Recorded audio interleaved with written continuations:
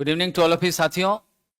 उम्मीद करते हैं कि आप लोग अच्छे होंगे और बेसब्री से अपने CBT 1 के रिजल्ट का इंतजार कर रहे होंगे और यह इंतजार भी बहुत ही जल्द आपका समाप्त होने वाला है। जैसी कि सूचनाएं प्राप्त हो रही हैं कि आपकी बहुत ही जल्द रिजल्ट भी CBT 1 की आने वाली है। और एक सामान्य बात लोगों के मन में ये कंफ्यूजन है कि हम अब पढ़ना शुरू करें या ना करें। तो इस कंफ्यूजन को लेकर अब आपको ज्यादा परेशान नहीं होना है।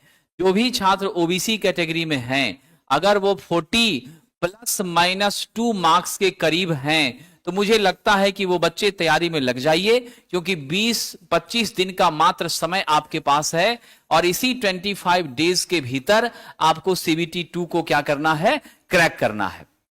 अब इतने कम समय में आपको बेहतर करने के लिए जो सबसे सुलभ और सुगम रास्ता है, मैं उस पर चर्चा करता हूं और आज ट्रांसफार्मर में जो पिछली क्लास है उसको हम आगे बढ़ाते हैं।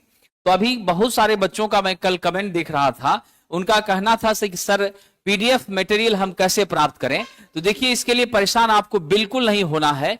रुक्मिणी प्रकाशन की electrician ITI trade theory electrical group की यह किताब है। इसी बुक को आपको क्या करना है, परचेज कर लेना है। मार्केट में अवेलेबल है, ऑनलाइन ऑफलाइन हर तरह से आपको प्राप्त हो जाती हैं और इसी बुक को फॉलो करना है और इसी को फॉलो करते हुए आपके असिस्टेंट लोको पायलट का सपना साकार होगा, इसमें कोई संदेह नहीं है। और इस बुक से संबंधित किसी भी जानकारी के लिए 7079212121 पर आप कॉल कर सकते हैं। ये आपके ट्रेड के लिए है, मैकेनिकल ग्रुप के लिए अलग हमारी बुक है और आपका ऑटोमोबाइल ग्रुप के लिए, डीजल मैकेनिक के लिए भी क्या है, अलग हमारी बुक है। दूसरे नंबर पर हम बात करते हैं बेसिक साइंस इंजीनियरिंग ड्राइंग के लिए, तो उसके लिए भी आपको रुक्मिणी प्रकाशन की इसी बुक को लेना है और यह बुक भी आपको मार्केट में अवेलेबल है, जिसमें क्वेश्चन थ्योरी सब कुछ यहाँ पे कंप्लीट दिया गया है और यह बुक निश्चित रूप से आपकी परीक्षा में सफलता के लिए रामबाण साबित होगा। हमारी जो नई बैचेज कल से आरंभ हो रही है, 21 फरवरी से शाम 5 से 7 में ट्रेड और शाम 7 से 8:30 के बीच में बेसिक साइंस इंजीनियरिंग ड्राइंग, दोनों में हम लोग इसी बुक को फॉलो कर रहे हैं। और ये क्लासेस हमारी ऑफलाइन में platform by Naveen Kumar Singh centre, rainbow building, बाजार समिति में संचालित होगी और यही बैचेज जो कि बूस्टर रिवीजन बैच के नाम से हैं, वो platform by Naveen Kumar Singh application पर आपको मात्र 199 रुपए में उपलब्ध होंगी। तो इससे जुड़कर आप अपनी बेहतर तैयारी कर सकते हैं। चलिए हम लोग आगे बढ़ते हैं, आज की पढ़ाई को हम लोग आरंभ करते हैं। हम लोग ट्रेड का जो है, अभी कल हमने ट्रांसफार्मर का चर्चा शुरू किया था और ट्रांसफार्मर पर ही हम अभी हैं। ट्रांसफार्मर के कुछ अन्य जो बचे हुए भाग हैं उसको हम लोग आज पूरा करने वाले हैं। देखिए, SC ST में जिन बच्चों का 38 है, 37 है, वो बिल्कुल पॉजिटिव रहें, उनको चिंता बहुत करने की आवश्यकता नहीं है और रिजल्ट भी तो अब 1-2 दिन के भीतर आ ही जाएगा। सब दूध का दूध, पानी का पानी आपके सामने हो जाएगा। ठीक है, आइए तो हम लोग आज चर्चा कर रहे हैं ट्रांसफार्मर।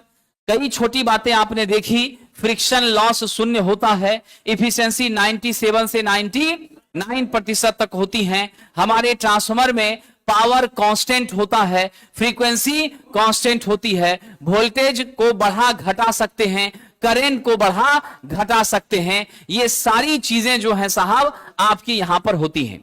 उसके बाद आपने महसूस किया था कि आइडियल ट्रांसफार्मर में कोई लॉस नहीं होता है। आइडियल ट्रांसफार्मर हाइपोथेटिकल ट्रांसफार्मर है, हम सिर्फ और सिर्फ उसकी परिकल्पना करते हैं, उसके आधार पर हम दूसरे ट्रांसफार्मर का क्या करते हैं, निर्माण करने का साफ प्रयास करते हैं। आइडियल ट्रांसफार्मर में लीकेज रिएक्टेंस का मान 0 होता है, मेरे वाइंडिंग के प्रतिरोध का मान भी क्या होता है, 0 होता है, मेरी आयरन लॉसेस भी क्या होती हैं, 0 होती है, मेरा कॉपर लॉसेस भी क्या होता है, 0 होता है। ओवरऑल इफिशिएंसी क्या हो जाती है साहब, 100% हो जाती है।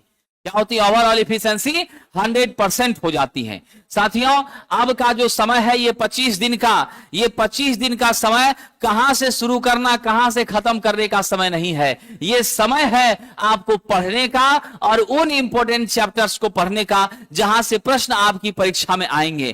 कहां से शुरू होकर कहां पे खत्म करने के लिए 2 साल, 2.5 साल, 1.5 साल का फाउंडेशन आप लोग पढ़ चुके हैं। स्वाभाविक सी बात, कहीं कहीं तो 3.5 साल, 4 साल का भी फाउंडेशन लोग पढ़ चुके हैं। तो इसीलिए अब का समय फाउंडेशन पढ़ने का नहीं है। थ्योरी को समझिए, जो थ्योरी से ओरिएंटेड क्वेश्चंस है उसको कवर करिए जो मूल मंत्र है, बेसिक कंसेप्ट है, और उस पर आधारित प्रश्नों की प्रैक्टिस करिए। यही अब समय बचा है और उसी को लेके चलना है। यह ट्रांसफॉर्मर अत्यंत ही क्या है, महत्वपूर्ण चैप्टर है। डिटेल थ्योरी हम यहां पर पढ़ाएंगे, लेकिन वो डिटेल थ्योरी एग्जाम ओरिएंटेड होगी। क्या होगी साथियों? सिर्फ एग्जाम ओरिएंटेड होगी। वह डिटेल थ्योरी लाइफ ओरिएंटेड नहीं होगी, क्योंकि उसको पढ़ने के लिए आपको 1.5 साल का समय कम से कम देना पड़ेगा, 1 साल का समय देना पड़ेगा, और आपके पास 1 साल का समय अब है नहीं। समझ गए कि नहीं? 25 दिन का समय है, यह मामला है। चलिए साहब, चलिए, बहुत अच्छी बात है। बीएसपीएससीएल वाले छात्रों के साथ हम जातिवाद कर रहे हैं, आपका बहुत अच्छा आरोप हम पर लगा है। भाई साहब, बीएसपीएससीएल परीक्षा तो सबके लिए है। बीएसपीएससीएल की परीक्षा को वैकेंसी लाने के लिए बच्चे भी साक्षात बैठे हैं। 2-2 बार अकेला नेतृत्व करके बिहार इलेक्ट्रिसिटी बोर्ड के ऑफिस हम पहुंचे थे छात्रों को लेकर के, और रिजल्ट क्या कहते हैं कि वैकेंसी आई, इसके लिए आंदोलन हम स्वयं अकेला किया था। फिर जाकर के फॉर्म जो नहीं भरा रहा था उस पर भी हमने फिर आंदोलन किया था विद्यार्थी जी। तो अकेले आंदोलन के लिए हम खड़े थे। आरोप लगाने का काम है तो आप लगा लीजिए, लेकिन जब कभी भी बीएसपीएसएल की बात आती है कभी पीछे नहीं हटते हैं। सभी शिक्षकों का अब साथ मिल रहा है, ये बहुत अच्छी बात है। अब तो सारे शिक्षक साथ में हैं। पहले तो हम अकेले लड़ रहे थे, अब तो और मजबूती आई है, और अब तो हमसे ज्यादा न्यूज आपके पास है। प्रतिदिन बीएसपीएसएल पर एक अपडेट लोग जारी करते हैं। स्पष्ट कहा जा चुका है कि अगर 15 मार्च से पहले टेंडर क्लियर हो गया तो आपकी परीक्षा अप्रैल में निश्चित हो जाएगी। अगर 15 मार्च से पहले टेंडर नहीं क्लियर हुआ तो उसके बाद की परिस्थिति पर बाद में देखा जाएगा। लेकिन जिस तरह से अचानक से रेलवे ने आपको चौंकाया है, बीएसपीएसएल भी इसी तरह से आपको चौंकाएगा। आप कंफर्म हो जाइए। आप सोचेंगे कि अब हम शांति से बैठ जाते हैं, दूसरा लाइन पकड़ लेते हैं, बस उसी दिन बीएसपीएसएल का एग्जाम डेट आ जाएगा। इसीलिए अलर्ट रहिए, पढ़ते रहिए, और बिना चिंता के मेहनत करते रहिए। समय पर सब काम हो जाएगा, चिंता करने की विशेष जरूरत नहीं है। उसके बाद साथियों, आपने देखा कि हमारी इफिशिएंसी कितनी है, 97 से 99% है। हम लोग कोर के लिए किस पदार्थ का यूज करते हैं? CrGOS का यूज करते हैं या सिलिकॉन स्टील का यूज करते हैं। सिलिकॉन स्टील में मात्र 2 से 5%, 3 से 5% सिलिकॉन मिलाते हैं। भंगुर नेचर का होता है, इसीलिए उसकी मात्रा हम बढ़ाने का काम नहीं करते हैं। अब यहां से समझने वाली बात है साथियों, इतनी सारी चीजें हमने समझ ली। फिर ट्रांसफॉर्मेशन रेशियो भी हम लोगों ने कल देखा। क्या देखा? Transformation ratio N2/N1 equal to V2/V1 equal to E2/E1 equal to क्या है साहब? I1/I2 है। अगर टर्न रेशियो की बात होगी तो क्या होगा? आपका N1/N2 हो जाएगा। उसके बाद साथियों, ईएमएफ इक्वेशन पे हमने चर्चा किया था। 4.44 5m f N1 क्या है हमारा? प्राइमरी का। सेकेंडरी का होगा तो क्या होगा? E2 बराबर 4.44 5m f N2 हो जाएगा। आप देख रहे हैं दोनों इक्वेशन में फ्रीक्वेंसी और आपके फ्लक्स में कोई परिवर्तन नहीं हो रहा है। इसके अलावा हम लोगों ने चर्चा किया था साथियों कल की क्लास में कि हमारे ट्रांसफार्मर में जो अत्यंत ही महत्वपूर्ण चीज है वो है कि इसका वर्किंग प्रिंसिपल किस सिद्धांत पे काम करता है? तो मेरा अन्योन्य प्रेरण के सिद्धांत पे काम करता है। और ये अन्योन्य प्रेरण का सिद्धांत किसने दिया था? ये सिद्धांत माइकल फैराडे ने दिया था। क्या दिया था साहब? माइकल फैराडे ने दिया था। विद्यार्थियों आप ध्यान रखिएगा, इनवर्स ट्रांसफॉर्मेशन रेशियो की बात अगर करेंगे तो वो 1/k हो जाएगा। वो क्या हो जाएगा? 1/k हो जाएगा। आइए अब हम लोग यहां से आगे बढ़ते हैं। मैंने आपको एक और छोटी बात बताई थी, जो वाइंडिंग मेरे सप्लाई से जुड़ा हुआ है, जिसमें सप्लाई देते हैं वो प्राइमरी है, और जिससे हम लोड को जोड़ते हैं वो सेकेंडरी है। जिस वाइंडिंग में टर्नों की संख्या अधिक है उसमें वोल्टेज अधिक होगा, वो हाई वोल्टेज वाइंडिंग है। जिसमें टर्नों की संख्या क्या है? कम है, वो आपका क्या हो जाएगा साहब? लो वोल्टेज है, और वह नेचुरली हमारा क्या हो जाएगा साहब? ध्यान रखिएगा, उसमें आपकी वोल्टेज हमारी कम हो जाएगी। लेकिन यह भी मैंने कहा था, यह डिपेंड करता है सिचुएशन पर कि मेरी प्राइमरी हाई भी हो सकती है और मेरा सेकेंडरी लो भी हो सकता है। कौन से ट्रांसफार्मर में मेरी प्राइमरी वाइंडिंग हाई होगी जरा बताइएगा? स्टेप डाउन में। याद रखना साथियों, मेरी प्राइमरी जो है वह आपकी हाई वोल्टेज वाइंडिंग होती हैं। कहां पर साहब? ध्यान रखिएगा, आपका स्टेप डाउन ट्रांसफार्मर में। मेरा सेकेंडरी आपका लो वोल्टेज वाइंडिंग होता है कहां पर? स्टेप डाउन में। लेकिन यही बात अगर हम चर्चा करें, स्टेप अप की चर्चा करें, तो स्टेप अप में साथियों मेरा प्राइमरी कौन सी वाइंडिंग होगी? मेरी लो वोल्टेज वाइंडिंग होगी। मेरी सेकेंडरी कौन सी वाइंडिंग होगी? या मेरी हाई वोल्टेज वाइंडिंग होगी। इसमें कोई शक नहीं है। और मैंने आपसे कहा था, जब मेरा स्टेप डाउन ट्रांसफर होता है, मेरा ट्रांसफॉर्मेशन रेशियो लेस देन 1 होता है। स्टेप अप होता है, मेरा ट्रांसफॉर्मेशन रेशियो क्या होता है? ग्रेटर देन 1 होता है। इन सारी बातों पर कल की क्लास में हमने चर्चा किया था। लेकिन जब बात हो साथियों ऑटो ट्रांसफार्मर की, तो उसमें सिर्फ एक वाइंडिंग होती है। क्या होती है साहब? एक वाइंडिंग होती है। और ऑटो ट्रांसफार्मर आपका किस सिद्धांत पे काम करता है? सेल्फ इंडक्शन के। किस सिद्धांत पे? सेल्फ इंडक्शन के सिद्धांत पे काम करता है। जिन भी छात्रों के पास किताब है वह वहां अंडरलाइन करते चलिए, और उसी अंडरलाइन वाले को परीक्षा के लिए ध्यान में रखिए, पढ़ते चलिए।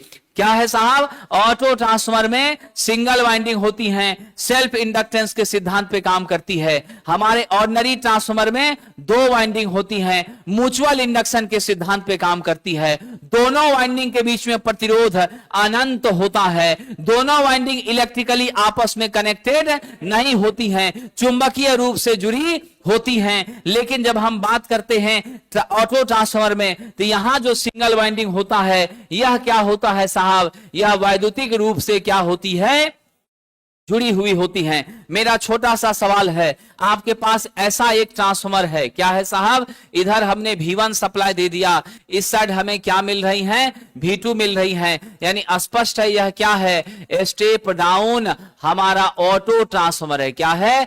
स्टेप डाउन ऑटो ट्रांसफार्मर है। और हम यहां पर साहब क्या कर दिए? ऑर्डिनरी ट्रांसफार्मर हम लेकर चले आए। मैं आपसे 2 छोटा प्रश्न यहां से पूछने वाला हूं।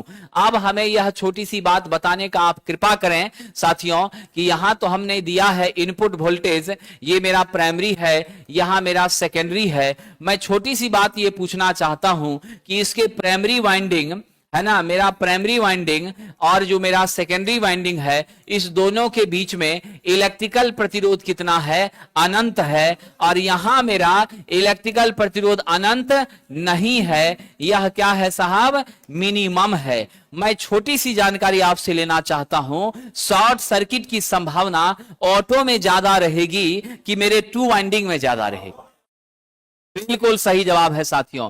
क्या होगा? मेरे ऑटो ट्रांसफार्मर में शॉर्ट सर्किट की संभावना ज्यादा रहेगी, क्योंकि ये सीधा क्या है? वैद्युतिक रूप से भी जुड़ा हुआ है और इंडक्टिवली भी क्या हो रहा है? मेरा काम साथियों कर रहा है। इसको आप सदैव याद रखिएगा विद्यार्थी जी। यह सिर्फ और सिर्फ इंडक्टिवली ही क्या करता है? इंडक्टिवली ही आपके ईएमएफ का ट्रांसफर करता है। लेकिन यह दोनों तरीके से करता है, इंडक्टिवली भी करता है और कंडक्टिवली भी करता है। हम इन सारी बातों पर विशेष रूप से चर्चा करेंगे विद्यार्थी जी। आइडियल ट्रांसफार्मर पर देख लेते हैं। आप सभी छात्रों का आदेश था कि सर पीडीएफ फिर से पढ़ा दीजिए, तो चलिए जब उसी को फॉलो कर लेते हैं। क्या है मेरा? यहां काल्पनिक ट्रांसफार्मर है, याद करते चलिए, टाइम आपके पास नहीं है। वाइंडिंग का प्रतिरोध 0 होता है, वाइंडिंग का प्रतिरोध 0 होता है। कॉपर हानि, कोर हानि 0 होती है। लीकेज फ्लक्स नहीं होता है। इनपुट पावर आउटपुट पावर के समान होता है। KVA 1 बराबर KVA 2 होता है। KVA 1 बराबर KVA 2 होता है। और साथियों जरा ध्यान रखिएगा, इसका परमीएबिलिटी क्या होती है? अनंत होती है। लीकेज रिएक्टेंस क्या होता है? 0 होता है। लीकेज रिएक्टेंस 0 होता है। समझ गए? दक्षता 100% होती है। अब जरा सा हम चर्चा कर लें तो साहब जानते हैं मेरी फ्लक्स जो है मेरे सप्लाई वोल्टेज V1 से कितने कोण से शिफ्टेड होती है? 90 डिग्री से लैग करती है। ये क्या है? मेरा फ्लक्स फ्लक्स है और मेरा फ्लक्स सप्लाई वोल्टेज से क्या हो रहा है, 90 डिग्री से लैग कर रहा है। क्या कर रहा है विद्यार्थी, 90 डिग्री से लैग कर रहा है। आप जानते हैं मेरे करंट के दो मुख्य भाग होते हैं। एक भाग जो मैग्नेटाइज करने के लिए जिम्मेवार होता है उसको मैग्नेटाइजिंग करंट कहते हैं। एक भाग जो क्या करने के लिए, मेरे साहब एक्टिव कंपोनेंट मतलब लॉसेस को एडजस्ट करने के लिए। तो अब हम चर्चा करने वाले हैं, यहां आपने देखा मेरा E2 किसके बराबर है, V2 के बराबर है, और मेरा V1 किसके बराबर है, E1 के बराबर है, लेकिन कैसा, माइनस में, अपोजिट में। इसीलिए जो मेरी इंड्यूस ईएमएफ होती हैं वो सप्लाई वोल्टेज के क्या होती हैं, जस्ट अपोजिट, 180 के फेज से शिफ्टेड। यहां V1 यहां E1, ऊपर ले जाएंगे तो क्या लिखेंगे, माइनस लिखेंगे। क्या लिखेंगे, माइनस लिखेंगे। ये ध्यान रखिएगा साहब। चलिए आगे बढ़ते हैं। अब यहां ध्यान दीजिएगा विद्यार्थी जी, करंट के आधार पर स्टेप अप स्टेप डाउन नहीं होता, step up step down voltage के आधार पर होता है। स्टेप अप स्टेप डाउन मेरे नंबर ऑफ टर्न्स के आधार पर होता है। और जब वोल्टेज घटती बढ़ती है तो स्वाभाविक रूप से मेरी करंट भी क्या हो जाती है, घट बढ़ जाती है। क्या होती है, स्वाभाविक रूप से मेरी करंट भी घट बढ़ जाती है। यही मामला है, क्योंकि जब वोल्टेज बढ़ता है तो करंट घटती है और करंट घटता है तो वोल्टेज बढ़ जाती है। ये बेसिक बातें आप सभी लोगों ने यहां पे समझ लिया है। साथियों, हमने आपसे कहा था जो फैराडे साहब के गाइडलाइन के आधार पर मेरी जो ईएमएफ यहां उत्पन्न हो रही थी, कैसी ईएमएफ थी, स्टैटिकली इंड्यूस ईएमएफ थी। और उस स्टैटिकली इंड्यूस ईएमएफ का मान विद्यार्थी कितना होता है, N D phi by D T होता है। क्या होता है, N D phi by D T होता है। साहब एन फाई को हम क्या कहते हैं, साई कहते हैं। ये क्या है, मेरा फ्लक्स लिंकेज है। क्या है, फ्लक्स लिंकेज है। लिंकेज का मतलब क्या होता है, फ्लक्स का जुड़ाव। क्या होता है, फ्लक्स का जुड़ाव, फ्लक्स का संबंध बनना, फ्लक्स का कनेक्शन होना। तो इसको आप क्या लिख सकते थे, D psi by D T लिख सकते थे। और साई का मान तो ऑटोमेटिक एन फाई हो जाएगा ना, स्वाभाविक सी बात है। इसको हम लोग D psi by D T भी लिख सकते थे। विद्यार्थी जी आगे बढ़ जाइए। मैंने कल भी चर्चा किया था, हमने रास्ता दिया है फ्लक्स को, कौन सा साहब, यह मैग्नेटिक कोर वाला रास्ता दिया है। और इस रास्ते में मेरी रिलक्टेंस क्या होती है, न्यूनतम होती है। मेरी रिलक्टेंस क्या होती है, न्यूनतम होती है। मेरे फ्लक्स को बाधा ना के बराबर पहुंचती है। क्या होती है, बाधा ना के बराबर पहुंचती है। हम चाहते हैं मेरी सारी फ्लक्स क्या हो, इसी से होकर सर्कुलेट करे, लेकिन थोड़ी बहुत फ्लक्स इधर उधर भी चली जाती है। और यह जो फ्लक्स मेरे निर्धारित रास्ते से बाहर चली जाती है, उसी फ्लक्स को हम क्या कहते हैं, लीकेज फ्लक्स कहते हैं। क्या कहते हैं, लीकेज फ्लक्स कहते हैं। और यह जो लीकेज फ्लक्स है, ये वो फ्लक्स है जो बेकार हो रहा है, इसका उपयोग हम कर नहीं पा रहे हैं। लेकिन हम इतनी अच्छी गुणवत्ता का पदार्थ कोर के रूप में लेते हैं कि मेरा लीकेज बहुत कम होता है। मैक्सिमम कितना हो सकता है, 2 से 3% होता है, उससे ज्यादा नहीं होता है। यहां से क्वेश्चन उठता है इंजीनियर साहब, क्या उठता है, क्वेश्चन ये उठता है आखिर लीकेज फ्लक्स कैसे हो सकती है। तो उसका मुख्य कारण है हवा का चुंबकीय कुचालक नहीं होने के कारण लीकेज फ्लक्स हमें प्राप्त होती है। आप जानते हैं मेरी हवा क्या है, वैद्युतिक कुचालक है। क्या है साहब, यह वैद्युतिक कुचालक है, बहुत ही अच्छा वैद्युतिक कुचालक है। लेकिन मेरे विद्वान विद्यार्थियों, मेरी हवा जो है यह परफेक्ट मैग्नेटिक इंसुलेटर क्या होती है, परफेक्ट मैग्नेटिक इंसुलेटर नहीं है। थोड़ा बहुत कम करती है, लेकिन पूरी तरह से मेरे फ्लक्स को रोकने का काम नहीं करती है। इसीलिए यह लीकेज यहां पर होता है। और आप सबको तो यह मालूम चल गया कि हम जो साहब सप्लाई देंगे वो कैसा देंगे, एसी देंगे। मेरा ट्रांसफार्मर सिर्फ कैसी सप्लाई पर काम करेगा, सिर्फ एसी पर काम करेगा। क्या होता है, सिर्फ एसी पर काम करेगा। विद्यार्थी अगर डीसी दे देंगे, कौन वाइंडिंग सबसे पहले जलेगी, प्राइमरी वाइंडिंग सबसे पहले जलेगी। आइए विद्यार्थी जी, अब हम लोग समझने का प्रयास करते हैं क्या क्या फायदा है ट्रांसफार्मर से। तो सबसे पहले तो मेंटेनेंस इसका बहुत कम करना पड़ता है, क्योंकि इसमें साहब कोई घूमने वाले भाग होते नहीं हैं। उसके बाद हाई वोल्टेज हो चाहे लो वोल्टेज हो, सब पर धड़ल्ले से काम करता है। जहां जरूरत होती है वोल्टेज को घटाते हैं, वोल्टेज को बढ़ाते हैं, जहां जरूरत होती है करंट को बढ़ाते हैं, करंट को घटाते हैं। याद रखना, स्टेप डाउन ट्रांसफार्मर में आउटपुट में करंट सबसे ज्यादा होती है, स्टेप अप ट्रांसफार्मर में आउटपुट में करंट सबसे कम होती है, क्योंकि जहां वोल्टेज बढ़ा करंट घट गई, जहां वोल्टेज घटा वहां करंट बढ़ गई। तो ऐसे भी क्वेश्चन घुमा के पूछ सकता है कि हमारी धारा का मान उच्च होगा आउटपुट में, स्टेप अप स्टेप डाउन दोनों या कोई नहीं। तो क्या दीजिएगा, स्टेप डाउन में मेरी धारा क्या होगी, उच्च होगी। क्या होगी साहब, धारा उच्च होगी। विद्यार्थी जी आप जानते हैं हम हाई फ्रीक्वेंसी पर इसका बहुत अच्छे से संचालन कर सकते हैं। नॉर्मली जो मेरा 50 हर्ट्ज है वहां से लेकर के 400 हर्ट्ज के बीच के रेंज में हम जनरली किसका यूज करते हैं, सिलिकॉन स्टील का, या नहीं तो CrGoS का हम लोग कोर के रूप में क्या करते हैं, उपयोग करने का साहब काम करते हैं। CrGoS का पूरा नाम मेरे विद्वान साथियों बताइए, cold roll grain oriented steel sheet. क्या है, cold roll grain oriented steel sheet है साथियों, ये सदैव याद रख लीजिएगा, ठीक है। आइए जरा अब हम चर्चा करते हैं इसकी संरचना पर, इसके कंस्ट्रक्शन पर, जिसमें दो जगह से क्वेश्चन बार बार पूछा जाता है। एक तो ब्रीदर से संबंधित, एक बुकोज रिले से संबंधित। एकदम गारंटी है, आप जितना परीक्षा, आप लोग तो हजारों परीक्षा देकर बैठे हुए है कि नहीं है, निश्चित रूप से। तो जो परीक्षा आप देते हैं तो उसमें ट्रेड में, टेक्निकल में ये दो जगह का क्वेश्चन टकराता ही टकराता है। तो आइए जरा चर्चा कर लें।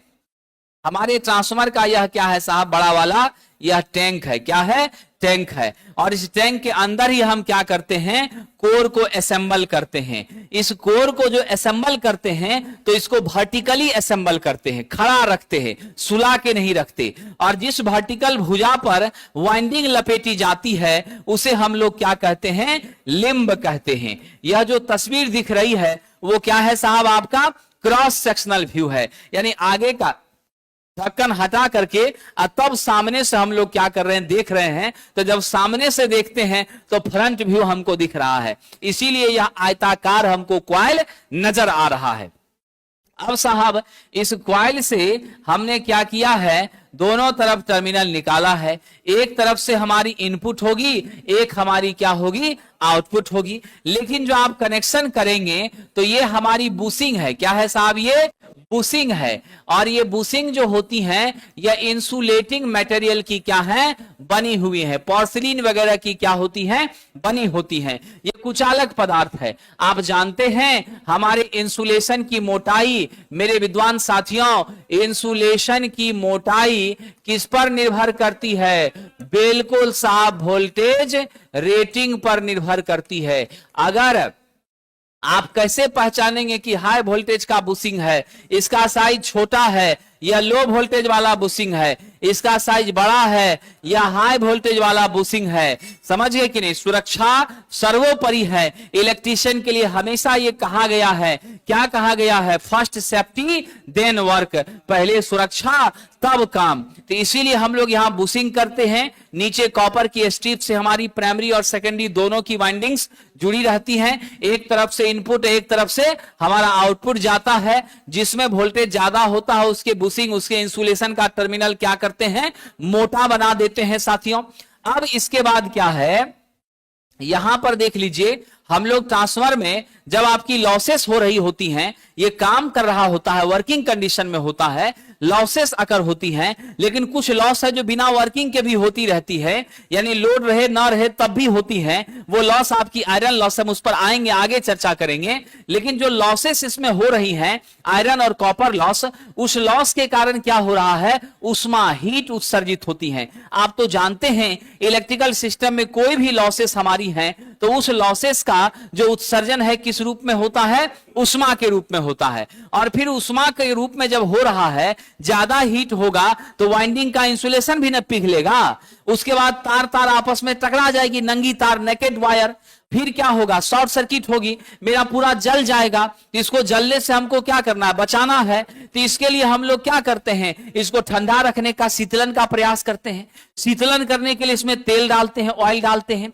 और वो ऑयल टिकेगा कैसे, टैंक में टिकेगा। तो यानी टैंक के भीतर मेरा ट्रांसफर का कोर है, मेरी पूरी एसेसरी, मेरी पूरी व्यवस्था है, और ऊपर से तेल डाल दिया।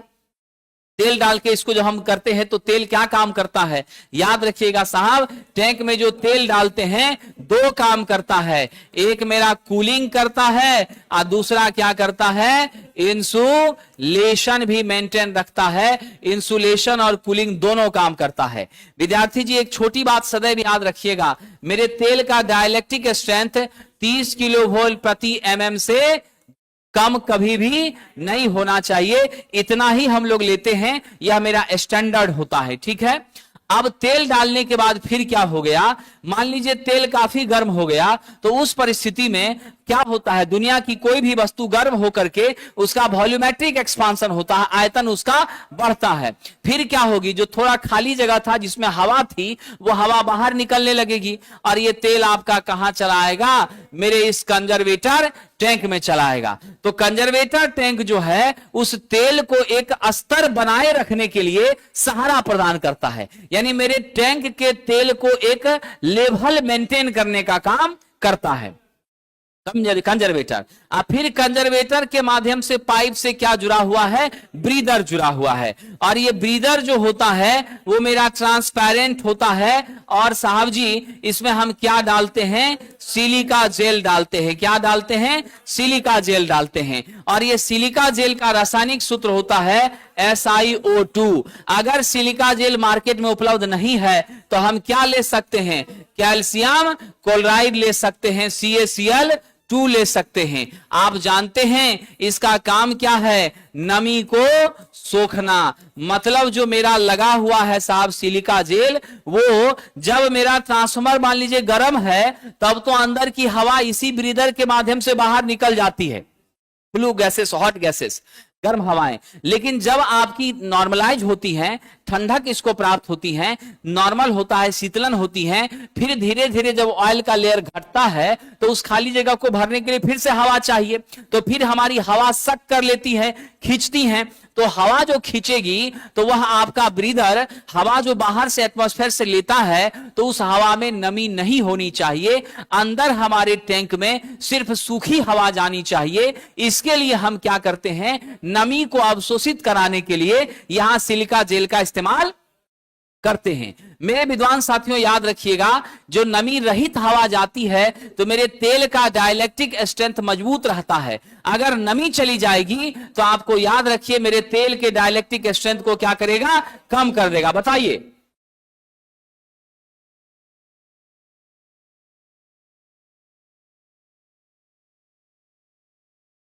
आइए आगे बढ़ते हैं।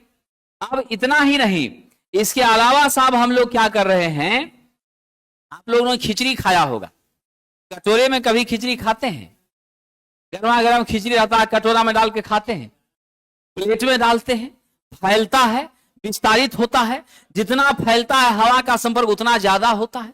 और जब खाना भी शुरू करते हैं किनारे किनारे से लेते हैं, अब बाद में समेटते समेटते बीच में आता है चम्मच, मतलब बीच वाला जल्दी ठंडा नहीं हुआ, किनारे वाला सब जल्दी ठंडा हो गया, जहां पतला लेयर है जल्दी ठंडा हो गया। तो हम लोग ये जो है आपका रेडिएटर, ये भी हमारे ट्रांसफार्मर के साथ क्या होता है, लगा हुआ रहता है। और ये रेडिएटर में क्या है, वेंटिलेटिंग डक्ट्स है साहब, आपका पत्थर पत्थर जैसा लगेगा कि उठा हुआ धसा हुआ, उठा हुआ धसा हुआ, ऐसे करके है। और इसमें जब तेल मेरी ऊपर बढ़ती है तो ऐसे होकर तेल यहां पहुंचती है। पहुंचने के बाद तेल सभी खानों में अलग अलग बट जाती है, और फिर हवा जो हमारी नॉर्मल एयर है, एटमॉस्फेयर है, उस हवा के संपर्क से, पर्यावरण की हवा का संपर्क जब इसके साथ बनता बिगड़ता है तो धीरे धीरे वह क्या होती है, फैलने के कारण, पतला होने के कारण ठंडक प्राप्त होती है, और फिर वापस यह क्या होती है, आपका नीचे हमें वापस चली आती है। तो मेरे लेयर में भी कमी, मेरा कूलिंग भी हो गया, और मेरा जो नुकसान होने का चांसेस था उससे भी हम क्या हो गए, बच गए।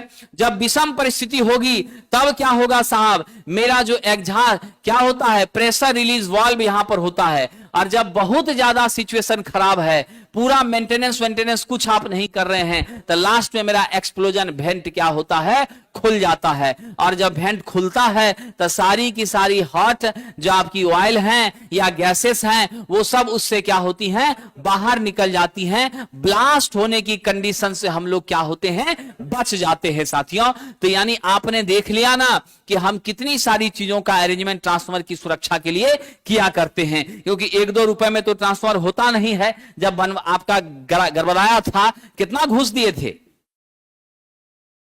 है कि नहीं है? गांव का पूरा आदमी मिलकर कुछ चढ़ावा देता है तब जाके ट्रांसफार्मर लगता है कि नहीं? आप लोग भी नौकरी हो जाएगा तो जब तक चढ़ावा नहीं मिलेगा काम नहीं कीजिएगा, है कि नहीं है? बिना काम चढ़ावा का कैसे काम करे? वेतन तो मिलता है किस लिए, मेंटेनेंस के लिए, काम करने के लिए ऊपर से लेते, समझे कि नहीं? तो नहीं कीजिएगा आप लोग। उम्मीद है कि आप लोग नए भारत के युवा हैं, ऐसा नहीं करिए। साहब जी इसका मुख्य अंग क्या था, कोर था। ये कोर जो हमारा बना होता है ये सीड्स के रूप में बना होता है। ये देखिए आपका क्या है, ई लेमिनेशन है और ये क्या है, आई लेमिनेशन है। ई और आई लेमिनेशन के माध्यम से हम कैसा ट्रांसफार्मर बनाते हैं साहब, सेल टाइप का बनाते हैं। कैसा बनाते हैं, सेल टाइप का ट्रांसफार्मर बनाते हैं। ठीक है, कोर टाइप का ट्रांसफार्मर जो है हम लोग एल क्या करते हैं, कोर टाइप का हम लोग एल के माध्यम से बनाते हैं, या नहीं तो हम क्या करते हैं, यू और आई के माध्यम से बनाते हैं। ठीक है, तो ऐसा भी क्वेश्चन आया हुआ है। ये पतला पतला मेरा आपको क्या लग रहा है कि हम CRGS या सिलिकॉन स्टील का एक ही मटेरियल ले लिया उसी से यूज कर लिए? नहीं साहब, इसको पत्थर पत्थर के रूप में हम क्या करते हैं, काटते हैं। और फिर बीच में थिन लेमिनेशन, और यह जो लेमिनेशन है उसका थिकनेस अगर 50 हर्ट्ज की फ्रीक्वेंसी पर यूज कर रहे हैं तो 0.35 mm होता है। और अगर हम साहब 25 हर्ट्ज की फ्रीक्वेंसी पर यूज कर रहे हैं 0.5 mm का क्या होता है, मेरा लेमिनेटेड थिकनेस होता है लेमिनेशन का। और ये पत्थर पत्थर में बांटने के पीछे, थिन लेमिनेशन करने के पीछे क्या उद्देश्य है, जरा सा मैं आपको बता देता हूं साथियों, गौर कर लीजिएगा। हमारी एडी करंट लॉसेस क्या होती हैं, मेरी एडी करंट लॉसेस, ये पत्थर पत्थर के रूप में करने से क्या होता है, आपको ध्यान रखना है। ये है मेरा लेमिनेशन, ये जो हमने लेमिनेशन, थिन लेमिनेशन दिया है, तो क्या हो गया इससे पहला फायदा हुआ कि मेरी जो करंट सर्कुलेट हो रही थी ये लूप के रूप में, तो वह लूप आप देखिए आपका ब्रेक हो रहा है। गौर कीजिए, काला काला जो मेरा करंट है कंटिन्यू हुआ, नहीं ना हुआ, उसको टुकड़े टुकड़े में बांट दिया कि नहीं बांट दिया? जब टुकड़े में बांट दिया तो धारा का सर्कुलेशन कमजोर हो गया। धारा का सर्कुलेशन जो कमजोर हो गया तो मेरी एडी करंट क्या हो गई, कम हो गई। और मेरी एडी करंट जब कम हो गई तो निश्चित रूप से इसके कारण होने वाला लॉसेस, जो एडी करंट लॉस है वह भी आपका क्या हो गया, शून्य हो गया, है कि नहीं? यानी वह भी आपका क्या हो गया, कम हो गया। तो ये सारे लॉसेस को कम करने के लिए हम क्या करते हैं, ये प्रयोग करते हैं। अब आपके मन में आएगा ये एडी क्या है, भंवर। मतलब आप ऐसे समझिए, तालाब में कभी आपने पत्थर फेंका होगा और उस पत्थर के जाने के बाद चारों ओर श्रृंग और गर्त के रूप में इस तरह से नहीं जल आपका फैलता है, उठा हुआ और धंसा हुआ पूरे तालाब के किनारे तक फैलता है। हम सब जानते हैं करंट का स्वभाव होता है always try to follow a shortest path. Current हमेशा छोटे रास्ते से जाना चाहती है। आपको अभी कह दें 25 दिन है और टेबलेट एक दे रहे हैं, ले लीजिए, समझ गए कि नहीं? वो टेबलेट का दाम है 0.5 रुपया, यानी 50 पैसा का टेबलेट है। ठीक है, इसके लिए 50 पैसा का सिक्का आपको जमा करना पड़ेगा। ठीक है, और वो टेबलेट को खाने के बाद आपका 75 में 77 क्वेश्चन लड़ जाएगा, 75 में 77 लड़ जाएगा। 2 क्वेश्चन एक्स्ट्रा आप वहां बना के आइएगा, तुरंत आप लोग तैयार हो जाइएगा। कौन इतना मेहनत करेगा, टेबलेट ले लेते, है कि नहीं है? तो वही बात किसके साथ होती है, करंट के साथ होती है। करंट भी हमेशा छोटे रास्ते से जाना चाहती है। रास्ता तो तब मिलता जब इसको सॉलिड हमारी क्या रहती, सिलिकॉन स्टील रहती या सॉलिड CRGS होता, तो जाकर के थोड़ा रास्ता हमको मिल सकता था। ठीक है, हालांकि वो मैग्नेटिक मटेरियल है, उसकी कंडक्टिविटी कमजोर है, चुंबकनशीलता उसकी क्या है, बहुत अधिक है, चुंबकनशीलता उसकी क्या है, बहुत अधिक है, इसलिए प्रतिरोध वहां पर नेचुरली हमारा है। आप तो जानते हैं जो दुनिया का बहुत अच्छा मैग्नेटिक कंडक्टर होता है वो इलेक्ट्रिकल बहुत ही घटिया कंडक्टर होता है। जो बहुत अच्छा इलेक्ट्रिकल कंडक्टर जैसे तांबा बहुत अच्छा इलेक्ट्रिकल कंडक्टर है, लेकिन चुंबकीय घटिया कंडक्टर है कि नहीं है? ये गुण तो आप जान ही रहे हैं। तो हम जो क्या करते हैं साहब, यह जो थीन लेमिनेशन हम यहां डाल देते हैं, इस थीन लेमिनेशन के डालने से जो कंटिन्यूटी ऑफ पाथ बन रही थी किसकी, आपके साहब हमारे करंट की, वह ब्रेक हो जाती है और उसके ब्रेक होने से मेरा एडी करंट कम हो जाता है। इसके कारण होने वाला लॉसेस भी क्या होता है, कम हो जाता है। विद्वान साथियों, मेरे कोर में होने वाली जो लॉस है यहीं पर समझ लीजिए, कोर में जो होने वाली हानि है उसे कोर हानि कहते हैं। इसी को हम लोग आयरन हानि भी कहते हैं, इसी को हम लोग कांस्टेंट हानि भी कहते हैं। मेरे विद्वान मित्रों, यह हानि लोड से क्या होती है, स्वतंत्र होती है। क्या होती है, लोड से स्वतंत्र होती है। लोड चाहे फुल हो, चाहे हाफ हो,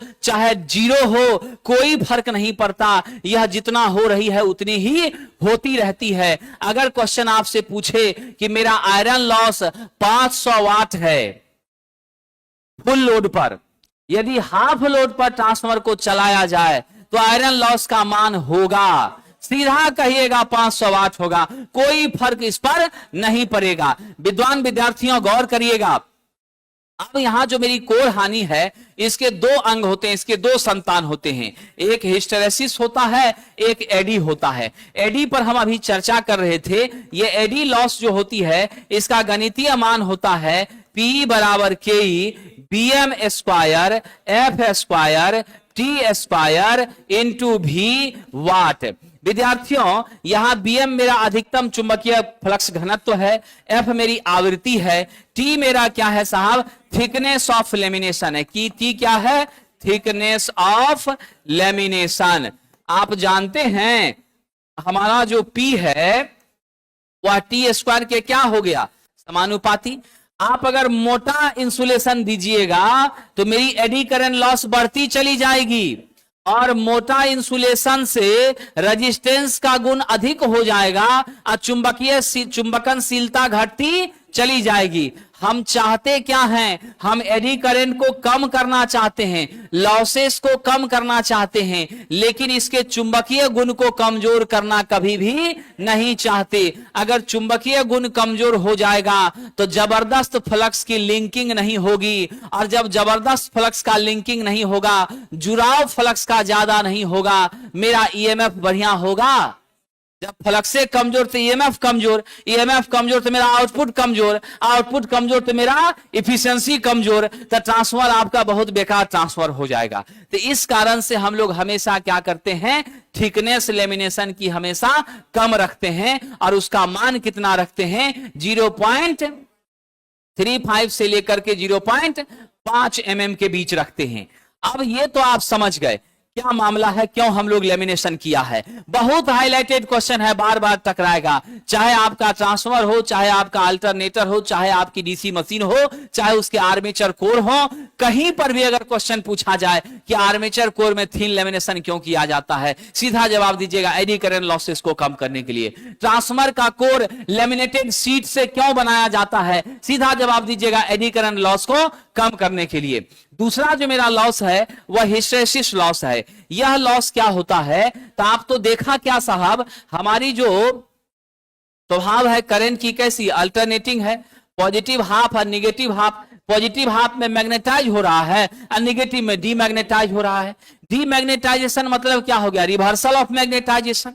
मैग्नेटाइजेशन का मतलब है कि मेरी चुंबकनशीलता का बढ़ना, फ्लक्स का एसोसिएशन होना, और डीमैग्नेटाइजेशन मतलब उसका रिवर्सल।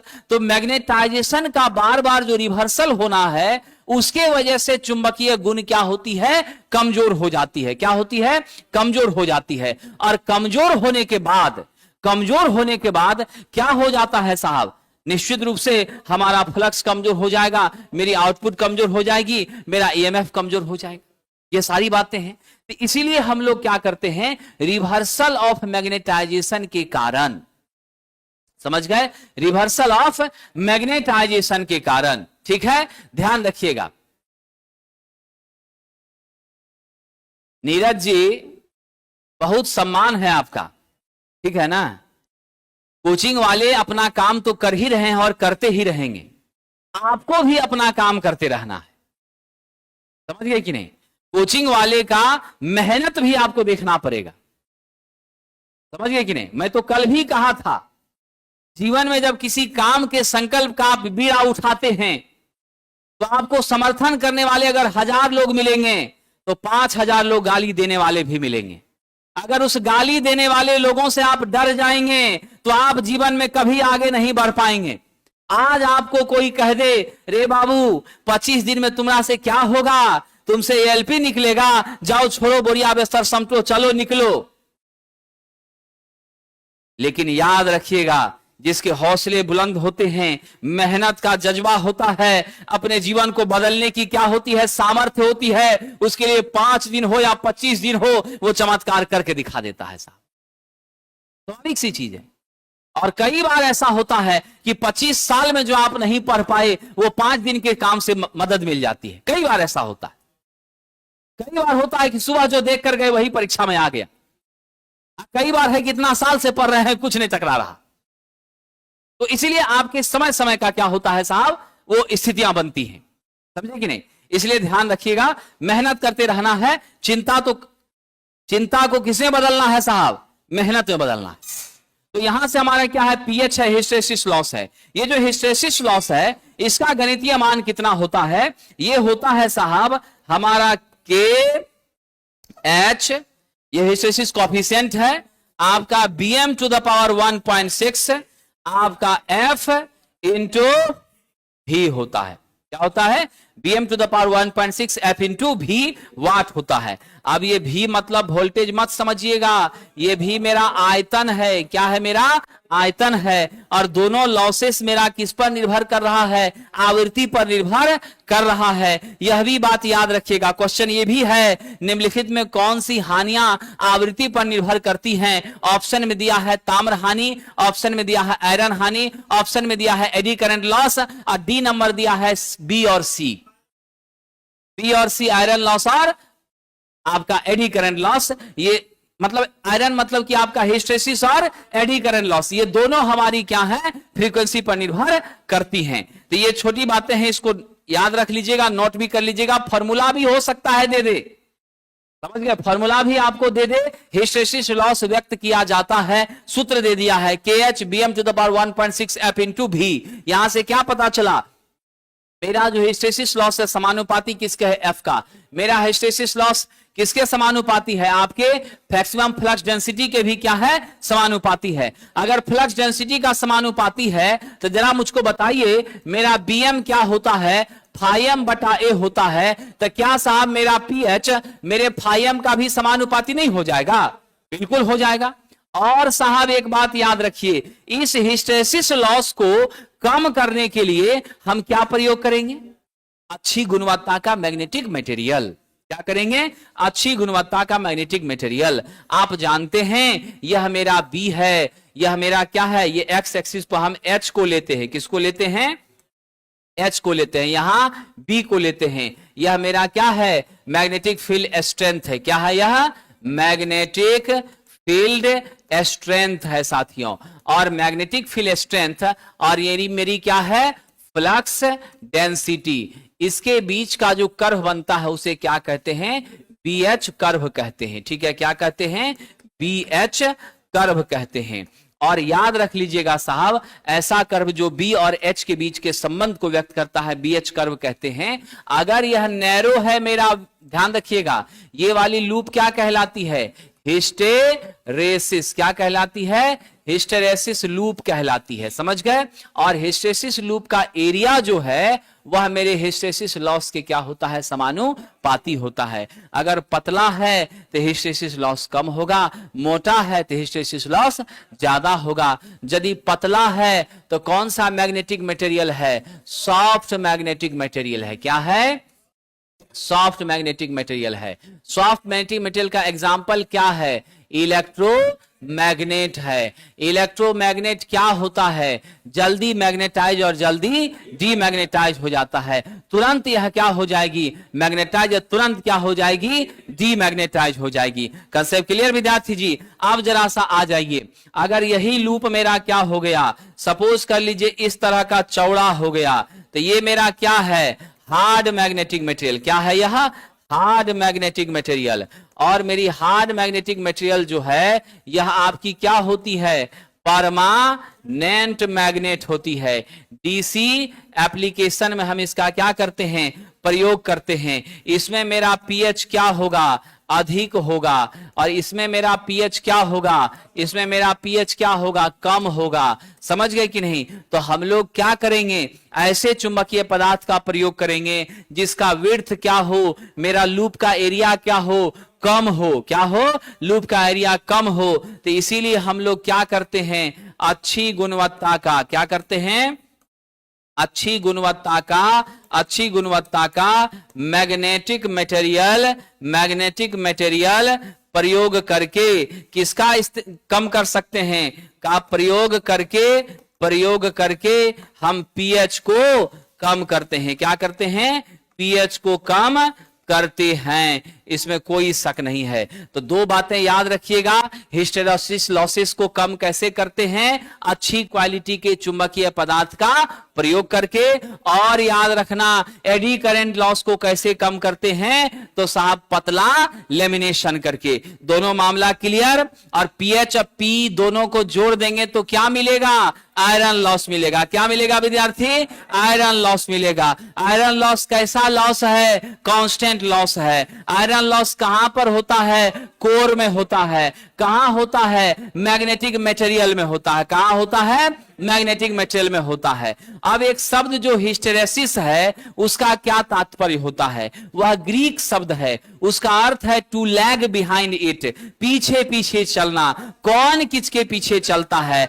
एच के पीछे कौन चलता है? बी। यानी बी एच के पीछे चलती है। बी क्या करती है? एच के पीछे चलती है। यह भी आप ध्यान रखिएगा। आइए विद्यार्थी, जब हम इन चीजों को समझ गए तो यहां तो हमने आपसे बता ही दिया है 50 से 400 हर्ट्ज की आवृत्ति के लिए कौन सा चुंबकीय परिपथ लेंगे हम लोग? CRGS लेंगे या सिलिकॉन स्टील लेंगे। और उसमें जो आपका होगा कितने का थिकनेस?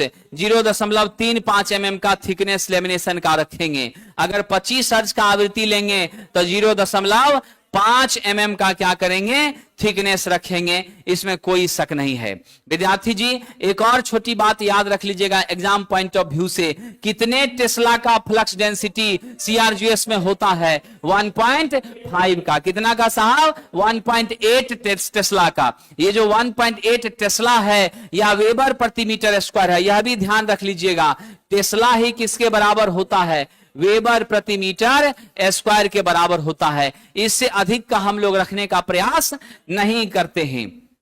विद्यार्थी जी अब बात रही वाइंडिंग की, तो जो वाइंडिंग सप्लाई से जुड़ी है प्राइमरी और जो लोड से जुड़ी है सेकेंडरी, और वाइंडिंग के लिए हम किसका प्रयोग करते हैं? तो सुपर इनामेल्ड कॉपर वायर का करते हैं। किसका करते हैं? सुपर इनामेल्ड कॉपर वायर का करते हैं। ये मेरा मेन टैंक है, किस चीज से बना है? लोहे की शीट से बना है। इसी में सारी एसेसरीज को क्या किया जाता है? मेरा जो कोर है उसको इसी में हम लोग रखने का प्रयास करते हैं। वाइंडिंग वगैरह को इसी में तेल भरी रहती है। ये मेरा कंजर्वेटर है साहब। यह कंजर्वेटर पूरी तरह से भरा हुआ नहीं रहता है, ये खाली रहता है साहब। क्या होता है? खाली रहता है। इस जगह पर मीटर ऑयल गेज है जो हमारा क्या कर रहा है? ऑयल के मात्रा को मेजर करके बता रहा है। इसी कंजर्वेटर से क्या जुड़ी हुई है? ब्रीदर जुड़ी हुई है। ये कंजर्वेटर मेन टैंक के अलावे एक एडिशनल टैंक होता है, एक अतिरिक्त टैंक होता है जो हमारे मेन टैंक से ही क्या होता है? जुड़ा हुआ होता है। क्या होता है? मेन टैंक से जुड़ा हुआ होता है। और इस कंजर्वेटर से क्या जुड़ी होती है? आपका साहब ब्रीदर जुड़ा होता है। आपसे छोटा सा सवाल है कटारिया जी, सवाल यह है कि कंजर्वेटर क्या काम करता है? तेल के स्तर को बनाए रखता है। एक लाइन का जवाब, कंजर्वेटर तेल के स्तर को बनाए रखता है, मेंटेन रखता है। क्या करता है? तेल के स्तर को बनाए रखता है। यानी जब तापमान बढ़ने पर फैलेगा तो हमारा कंजर्वेटर तेल को एडजस्ट कर लेगा, बर्बाद होने, बाहर फेंकने नहीं देगा। ये ध्यान रखिएगा। और हम सब लोग कभी नहीं चाहते हैं कि हमारे तापमान में परिवर्तन 95 डिग्री 96 डिग्री से ज्यादा हो। 140 डिग्री सेल्सियस हमारे तेल का फ्लैश पॉइंट होता है, उस पर जाकर के पूरी तरह से वाष्पीकृत हो जाएगी, खत्म हो जाएगी। इसीलिए हम लोग जैसे ही 100 के नीचे ही रहना है, यानी 20 डिग्री से लेकर 95 डिग्री तक ही हमको रहने देना है। 95 से ऊपर जाएगा तुरंत हमारा ट्रांसफर का ऑपरेशन क्या करना है, बंद कर देना है। ये ध्यान रखिएगा, नहीं तो ट्रांसफर को नुकसान पहुंच जाएगा। हाईलाइटेड जगह पर पहुंच गए। ये मेरा क्या है साहब, ब्रीदर। किससे जुड़ा हुआ है ड्रीम 11 साहब? किससे जुड़ा हुआ है? ये मेरे कंजर्वेटर से जुड़ा हुआ है साहब, है कि नहीं है? और इसमें जो हमने भरा है ये पारदर्शी आपका ट्रांसपेरेंट सिलेंडर है, ताकि आपको रंग दिखाई देता रहे।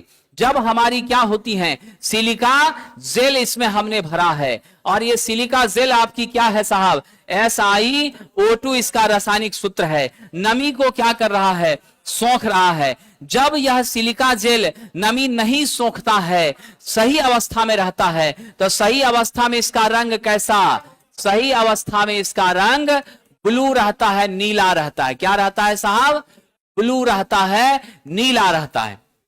लेकिन जब नमी को सोखने लगता है, तो नमी सोखने के बाद धीरे धीरे आपका बैगनी कलर हो जाता है। क्या होता है, बैगनी कलर हो जाता है। और फिर धीरे धीरे बैगनी से गुलाबी हो जाता है। समझ गए, गुलाबी हो गया, इसका मतलब नमी सोखने की क्षमता धीरे धीरे घट रही है। और फिर जब गुलाबी हो जाए तो इसको आप 160 से लेकर 200 डिग्री सेल्सियस तक फिर से गर्म करिए, तो वापस इसका नमी सोखा हुआ चीज पानी उड़ जाता है और फिर इसका रंग वापस ब्लू में परिवर्तित हो जाता है। अगर ऐसा करते करते बार बार यह कैसा हो गया, पीला हो गया, मतलब अब इस क्षमता नहीं है, यह बेकार है, देखने के लिए लगा हुआ है, नया सिलिका जेल अब डालिए, तभी कोई उपाय है। खतरे की घंटी आपकी बज रही है। तो याद रखिएगा साहब, यह जो है हमारा सिलिका जेल नहीं उपलब्ध होगा तो क्या होगा, कैल्शियम क्लोराइड का प्रयोग करेंगे और यह नमी को सोखने के लिए इस्तेमाल में लिया जाता है।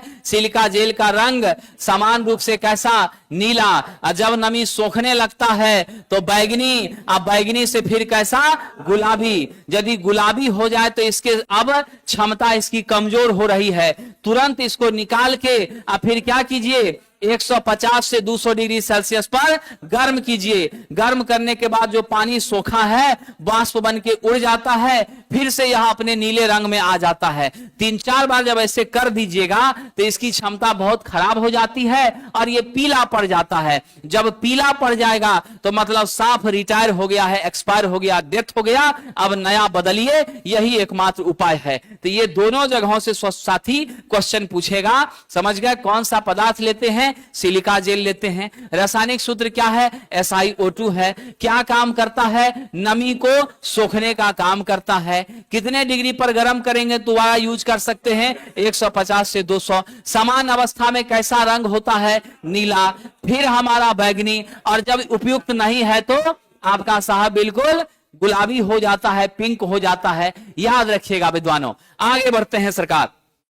अब हमारा है बुशिंग, जिस पर अभी हमने चर्चा किया था। ये देख रहे हैं, यह बुशिंग हमारी क्या है, विद्युत रोधी टर्मिनल है। ये जुड़ा हुआ है ना, यहां देख रहे हैं ये 3 टर्मिनल मेरा HV का है, बड़ा है ना इसका बुशिंग। 1 2 3 और 4, ये आपका क्या है, मेरा साहब LV है, छोटा है। जरा सा फोटो देख के बताइए तो कौन सा ट्रांसफॉर्मर होगा, डिस्ट्रीब्यूशन ट्रांसफॉर्मर होगा। यानी इसका प्राइमरी होगा डेल्टा में और सेकेंडरी होगा स्टार में। स्टार है तभी ना 3 फेज और 4 तार आपका मिल गया, जिसमें एक आपका न्यूट्रल का भी है, एक आपका किसका है, न्यूट्रल का भी है। और 3 फेज 4 तार से हम 3 फेज के पावर लोड को भी सप्लाई दे सकते हैं, 440 वोल्ट वाले को भी। अपने घर में भी हम लोग 220 वोल्ट क्या करते हैं, 220, 230, 250 तक का वोल्टेज सिंगल पर्पस के लिए, अपने यूज के लिए भी हम क्या करते हैं, लेने का साथियों काम करते हैं। तो ये मेरा डिस्ट्रीब्यूशन ट्रांसफॉर्मर है। और डिस्ट्रीब्यूशन ट्रांसफॉर्मर साहब जी कैसा ट्रांसफर होता है, स्टेप अप की स्टेप डाउन, बिल्कुल। कितना वोल्टेज को कितना में बदलता है? बिल्कुल सही कहा, 11 केवी को यह 400 और नहीं तो 230 वोल्ट में बदलता है। इसको आप 400 से लेके 440 कह सकते हैं, डिपेंड करेगा किस हिसाब से हम वैरी कर रहे हैं, इसमें कोई शक नहीं है। विद्वान साथियों, चलिए आगे बढ़ते हैं। आप जान रहे हैं तेल बुशिंग का प्रयोग कितने के लिए? 33। विद्यार्थी जी अंडरलाइन कर दीजिए, रंगारंग कर दीजिए, तभी जाकर के वहां पर भी रंगारंग रिजल्ट आपका छपेगा और रंगारंग नोट का गिनती करिएगा। कहां पर? अकाउंट में, क्योंकि कैश में पेमेंट मिलेगा नहीं, जो भी मिलेगा अकाउंटे पर मिलेगा। डिजिट को वहां पर रंग बिरंगा कलर अपना चेंज करके मोबाइल का, तब पे फोन पर इसे चेक कीजिएगा, बैलेंस इतना है कि नहीं है। आइए साहब, तो तेल बुशिंग का प्रयोग 33 केवी से अधिक के लिए करते हैं और सॉलिड बुशिंग का प्रयोग 33 से कम के लिए करते हैं। बहुत इंपॉर्टेंट पॉइंट है। एचवी की तरफ लंबाई ज्यादा और एलवी की तरफ लंबाई कम, ये भी आप ध्यान रखिएगा साहब। और मेरे बुशिंग के साइज का निर्धारण किसके आधार पर होता है? बिल्कुल साहब, वोल्टेज के आधार पर होता है। किसके आधार पर होता है? वोल्टेज के आधार पर। अब आ गया बुकोज रिले। यह जो बुकेज रिले है, यह साहब जी हमारे ट्रांसफार्मर के इनसिपिएंट फॉल्ट को, आंतरिक दोषों से क्या करता है? सुरक्षा प्रदान करता है। इसे हम लोग प्री फॉल्ट रिले भी कहते हैं, इसे गैस एक्चुएटेड भी कहते हैं। कई बार यह प्रश्न आया है, यह तेल के कारण संचालित नहीं होता, यह साहब जी गैस के प्रभाव से संचालित होता है। और इसका एक सिरा कंजर्वेटर से और दूसरा सिरा ट्रांसफार्मर के मेन टैंक से जुड़ा होता है। जब तेल यहां से कंजर्वेटर की तरफ जाती है तो तेल से पहले तो हवा ने खाली करेगा जगह, तो हवा जाती है और उस हवा के प्रवाह से क्या होता है? ये मरकरी फ्लोटिंग स्विच नीचे वाला, ये जैसे मुड़ता है, ठक से इस पे ठोकर लगाता है, तुरंत आपकी क्या होती है? अलार्म बजनी चालू हो जाती है। जब और बढ़ता है मेरा प्रेशर हवा का, तब फिर क्या होती है? ये ऊपर उठती है। जब ये ऊपर उठती है तो ट्रिप कॉइल क्या होता है? ट्रिप करता है। ट्रिपिंग कॉइल के ट्रिप होने के बाद हमारा ट्रांसफर क्या होता है? संपर्क विहीन हो जाता है आपके सप्लाई टर्मिनल से। परिणाम क्या होता है साहब? हम फॉल्ट से बच जाते हैं। ये काफी सेंसिटिव होती हैं। इसमें 2 मरकरी फ्लोटिंग स्विच होती है। सरकार, कितनी फ्लोटिंग स्विच होती है? फ्लोटिंग क्यों? क्योंकि ये तैरता हुआ है। समझ गए क्या है? 2 मरकरी फ्लोटिंग स्विच है, एक लोअर एक अपर।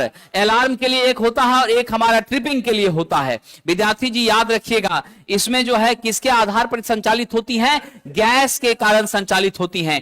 कौन से दोष से सुरक्षा देती हैं? आंतरिक दोषों से। इनसिपिएंट फॉल्ट से क्या करती है? हमें सुरक्षा देने का साथियों काम करती है। लेकिन क्या हम लोग इसे छोटे ट्रांसफार्मर पे यूज करते हैं? नहीं, इसका प्रयोग हमेशा 500 केवीए से अधिक के ट्रांसफार्मर पर करते हैं। हमारा जो अपने गली मोहल्ले में मुखिया जी, सरपंच साहब, विधायक जी, वार्ड सदस्य के दरवाजे पर जो ट्रांसफार्मर होता है, उसमें इसका प्रयोग नहीं किया जाता है। ये महंगा पड़ता है। लेकिन इंजीनियर साहब याद रखिएगा, ये क्या होती है? आपका साफ सेंसिटिव होती है। कभी अगर कोई पक्षी भी बैठ गया तब भी फिर क्या होती है? इंडिकेशन करने लग जाती है। ये चीजें हैं साहब। तो हर चीज का कुछ ना कुछ अच्छा पहलू है तो खराब पहलू भी है।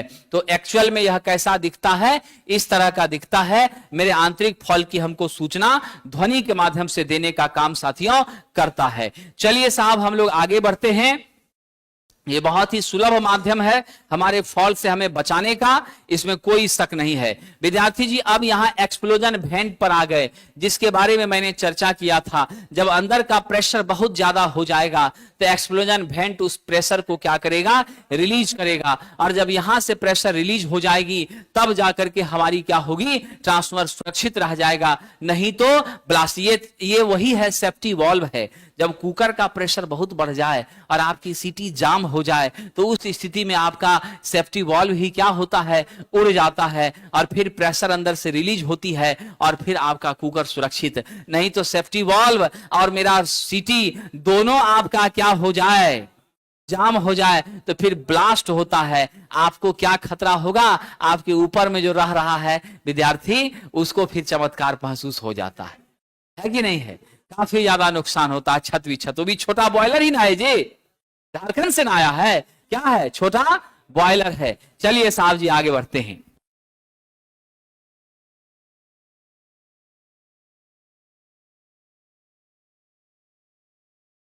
कंजर्वेटर का कनेक्शन क्या होता है, मेन टैंक से जुड़ा रहता है। समझ गए? हाँ, मेन टैंक से हमारा क्या होता है, जुड़ा रहता है। छोटे छोटे जगहों पर हम लोग उसको कंजर्वेटर के ऊपर भी क्या करते हैं, जोड़ने का काम करते हैं। थर्मामीटर भी हम लोग लगाते हैं ताकि हमको तापमान क्या हो जाए, पता चल जाए। क्या हो जाए साहब, तापमान का भी हमको क्या चले, पता चले। कहीं 100 से ज्यादा तो नहीं हो गया है, ऑयल का लेवल कहीं मेरा कम तो नहीं हो गया है, वो भी हमको चेक करते रहना चाहिए। इसके लिए क्या लगा होता है, मीटर ऑयल गेज लगा होता है। साहब तेल की बात करते हैं, ये तेल भी क्वेश्चन बार बार पूछा गया है। शीतलन और आपकी इंसुलेशन दोनों का काम करता है। मेरे प्राइमरी और सेकेंडरी दोनों के बीच में इंसुलेशन क्या होती है, उसको भी मेंटेन रखता है। साथ ही साथ हमारे सिस्टम को ठंडा भी रखने का साहब काम करता है। मेरे विद्वान मित्रों, अब यहां ध्यान दीजिएगा, हम लोग मिनरल ऑयल का प्रयोग करते हैं, लेकिन इसका मतलब यह मत समझिए कि हम लोग खाना बना लेंगे अगर कभी सरसों तेल खत्म हो गया तो। ऐसा संभव नहीं है साहब।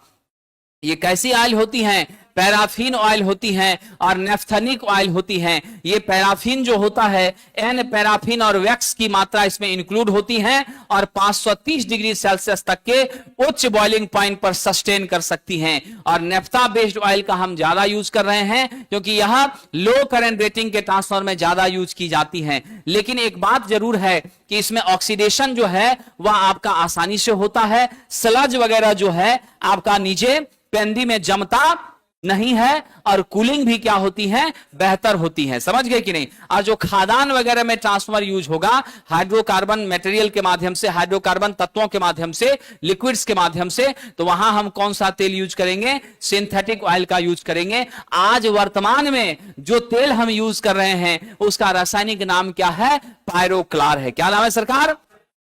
पायरोक्लार है। जरा इसकी गुणवत्ता पर भी देख लेते हैं क्या क्या विशेषता होती है। पहला है विद्युत का कुचालक होती है, दूसरा ताप का सुचालक होती है, तीसरा अज्वलनशील, जल्दी आग नहीं पकड़ेगा, कूलिंग इंसुलेशन दोनों प्रदान करती है, हवा में रखे जाने पे नमी कम सोखती है, विस्कोसिटी कम होगा, परावैद्युत सामर्थ्य 30 के भी प्रति mm, एकदम याद रख लीजिएगा।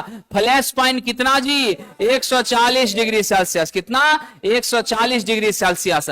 जैसे जैसे तेल पुराना होता जाता है रंग भी तेल का बदलता चला जाता है। यानी शुरुआत में आप चेहरा अपना देख सकते थे, ठीक है कि नहीं, एकदम उसमें चेहरा देख करके बाल वगैरह भी संवार सकते थे। लेकिन जब ये धीरे धीरे पुराना होता जाएगा तो क्या होगा, रंग इसका भूरा, भूरा से फिर गाढ़ा भूरा, गाढ़ा भूरा से फिर पूरी तरह से क्या हो जाएगा, काला। जब काला हो गया तो डेथ हो गया। इसमें ना इंसुलेशन की क्षमता बची है और ना इसमें साहब क्या कहते हैं, कूलिंग की क्षमता बची है। इसको तुरंत अब क्या करिए, चेंज करिए, नया तेल आप लोग क्या कर दीजिए, अब इसमें डालने का प्रयास करिए। तो इन सारी बातों को विद्यार्थी आपको ध्यान रख लेना है। और चलिए साहब, हम लोग टैपिंग की बात कर रहे हैं। हमारे ट्रांसफार्मर में जब भी टैपिंग की जाती है प्रायः वह सेकेंडरी साइड की जाती है।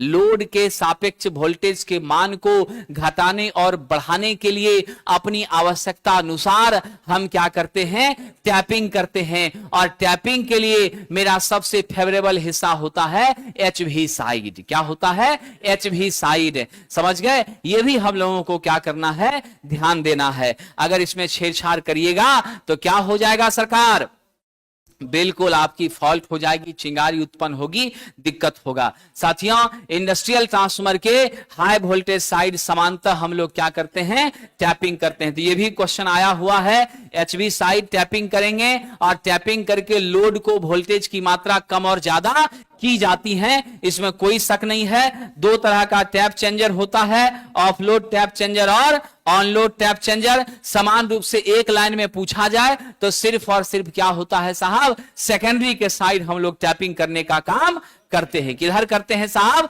सेकेंडरी के साइड टैपिंग करने का काम करते हैं। मेरे विद्वान साथियों, ये मेरा स्टेप अप ट्रांसफार्मर है, आप देख रहे हैं वोल्टेज 100 और करंट 10 है। यहाँ वोल्टेज 400 और करंट कितनी है 2.5 है, लेकिन केवीए यहाँ भी 1000 वाट, यहाँ भी 1000। और आप सब जान रहे हैं मेरा जो स्टेप अप है उसमें के का मान क्या होता है, ग्रेटर देन 1 होता है। मेरी V2 ग्रेटर V1 से होती है, मेरा E2 ग्रेटर E1 से होता है, मेरा N2 ग्रेटर N1 से होता है, और मेरी I1 लेस होती है किससे साहब, गौर कीजिएगा, मेरी I1 लेस I2 से होती है। नहीं, मेरा क्या होगा, I1 ग्रेटर होता है किससे, I2 से, क्योंकि जब वोल्टेज बढ़ा तो करंट घट जाएगी, वोल्टेज बढ़ा तो करंट घट जाएगी, ये ध्यान रखिएगा। स्टेप डाउन में देख लीजिए साहब, इसमें क्या हो रहा है, मेरा V1 ग्रेटर है V2 से, मेरा E1 ग्रेटर है E2 से, मेरा N1 ग्रेटर है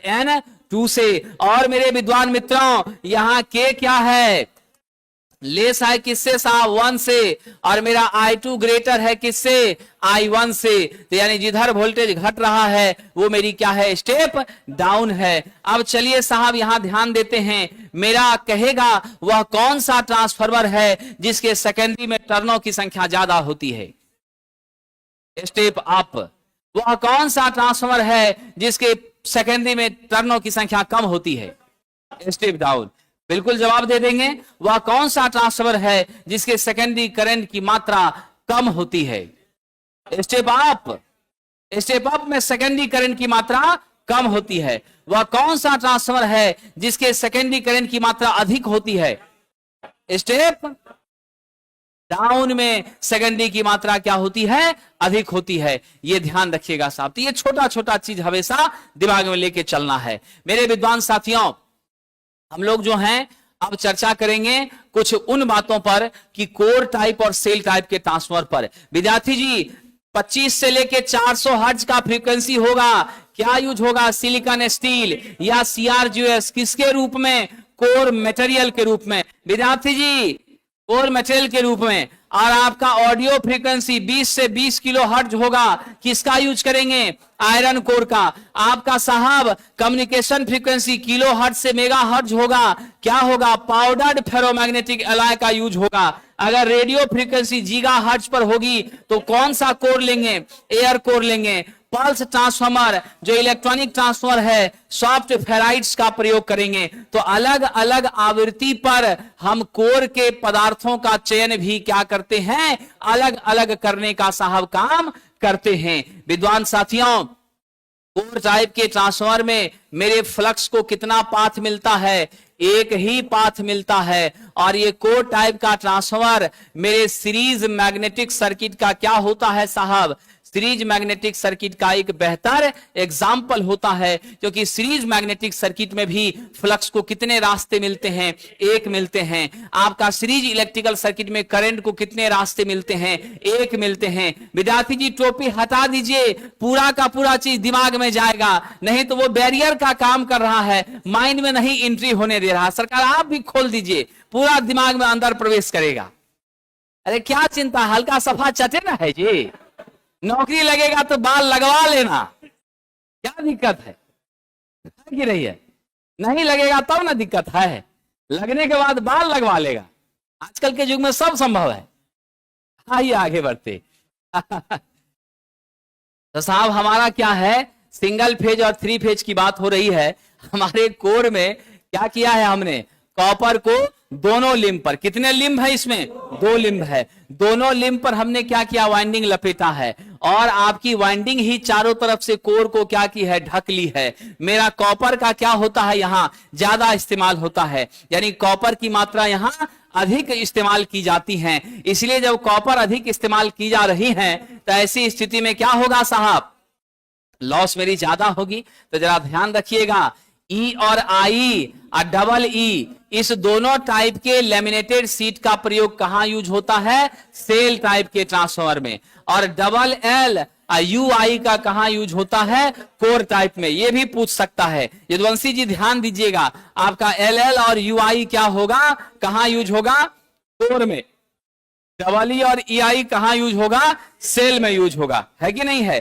कितने लिंब होते हैं कोर में, 2 लिंब होते हैं। आपका सिंगल फेज का ट्रांसफार्मर है तो 2 लिंब होगा, 3 फेज का है तो 3 लिंब होगा। समझ गए कि नहीं। और ये साथियों अब हम लोग यहां पर याद रखें, वर्टिकल लिंब पर ही क्या करते हैं, वाइंडिंग लपेटने का काम करते हैं। और एक छोटी सी बात है, हम लोग इंसुलेशन का खर्चा कम हो जाए इसलिए क्या करते हैं, पहले लो वोल्टेज वाइंडिंग और तब जाकर के हाई वोल्टेज वाइंडिंग लपेटने का काम करते हैं लिंब के ऊपर। यह भी क्वेश्चन पूछा जाता है, हम ट्रांसफार्मर में, कोर टाइप ट्रांसफार्मर में लिंब के ऊपर सबसे पहले कौन सी वाइंडिंग लपेटते हैं, एचवी की एलवी? आप कहिएगा एलवी। एलवी के ऊपर फिर एचवी लपेटते हैं। ऐसा क्यों करते हैं? इससे कॉस्टिंग ऑफ इंसुलेशन कम हो जाती है, साथ ही साथ हमारे वाइंडिंग को यांत्रिक मजबूती भी प्राप्त होती है साहब। जैसे कभी आपका किसी से लड़ाई हो जाता है तो जो कमजोर लड़का उसको पहले भेजते हैं, नहीं ना, जो मजबूत है, हट्टा कट्ठा है, वो 4 गो आगे रहता है, 4 नवयुवक आगे है, देखिए कि निकल जाएगा। उलझेंगे अभी नहीं, माहौल दूसरा है, अकेले देखेंगे तब निपट लेंगे। होता है कि नहीं होता है?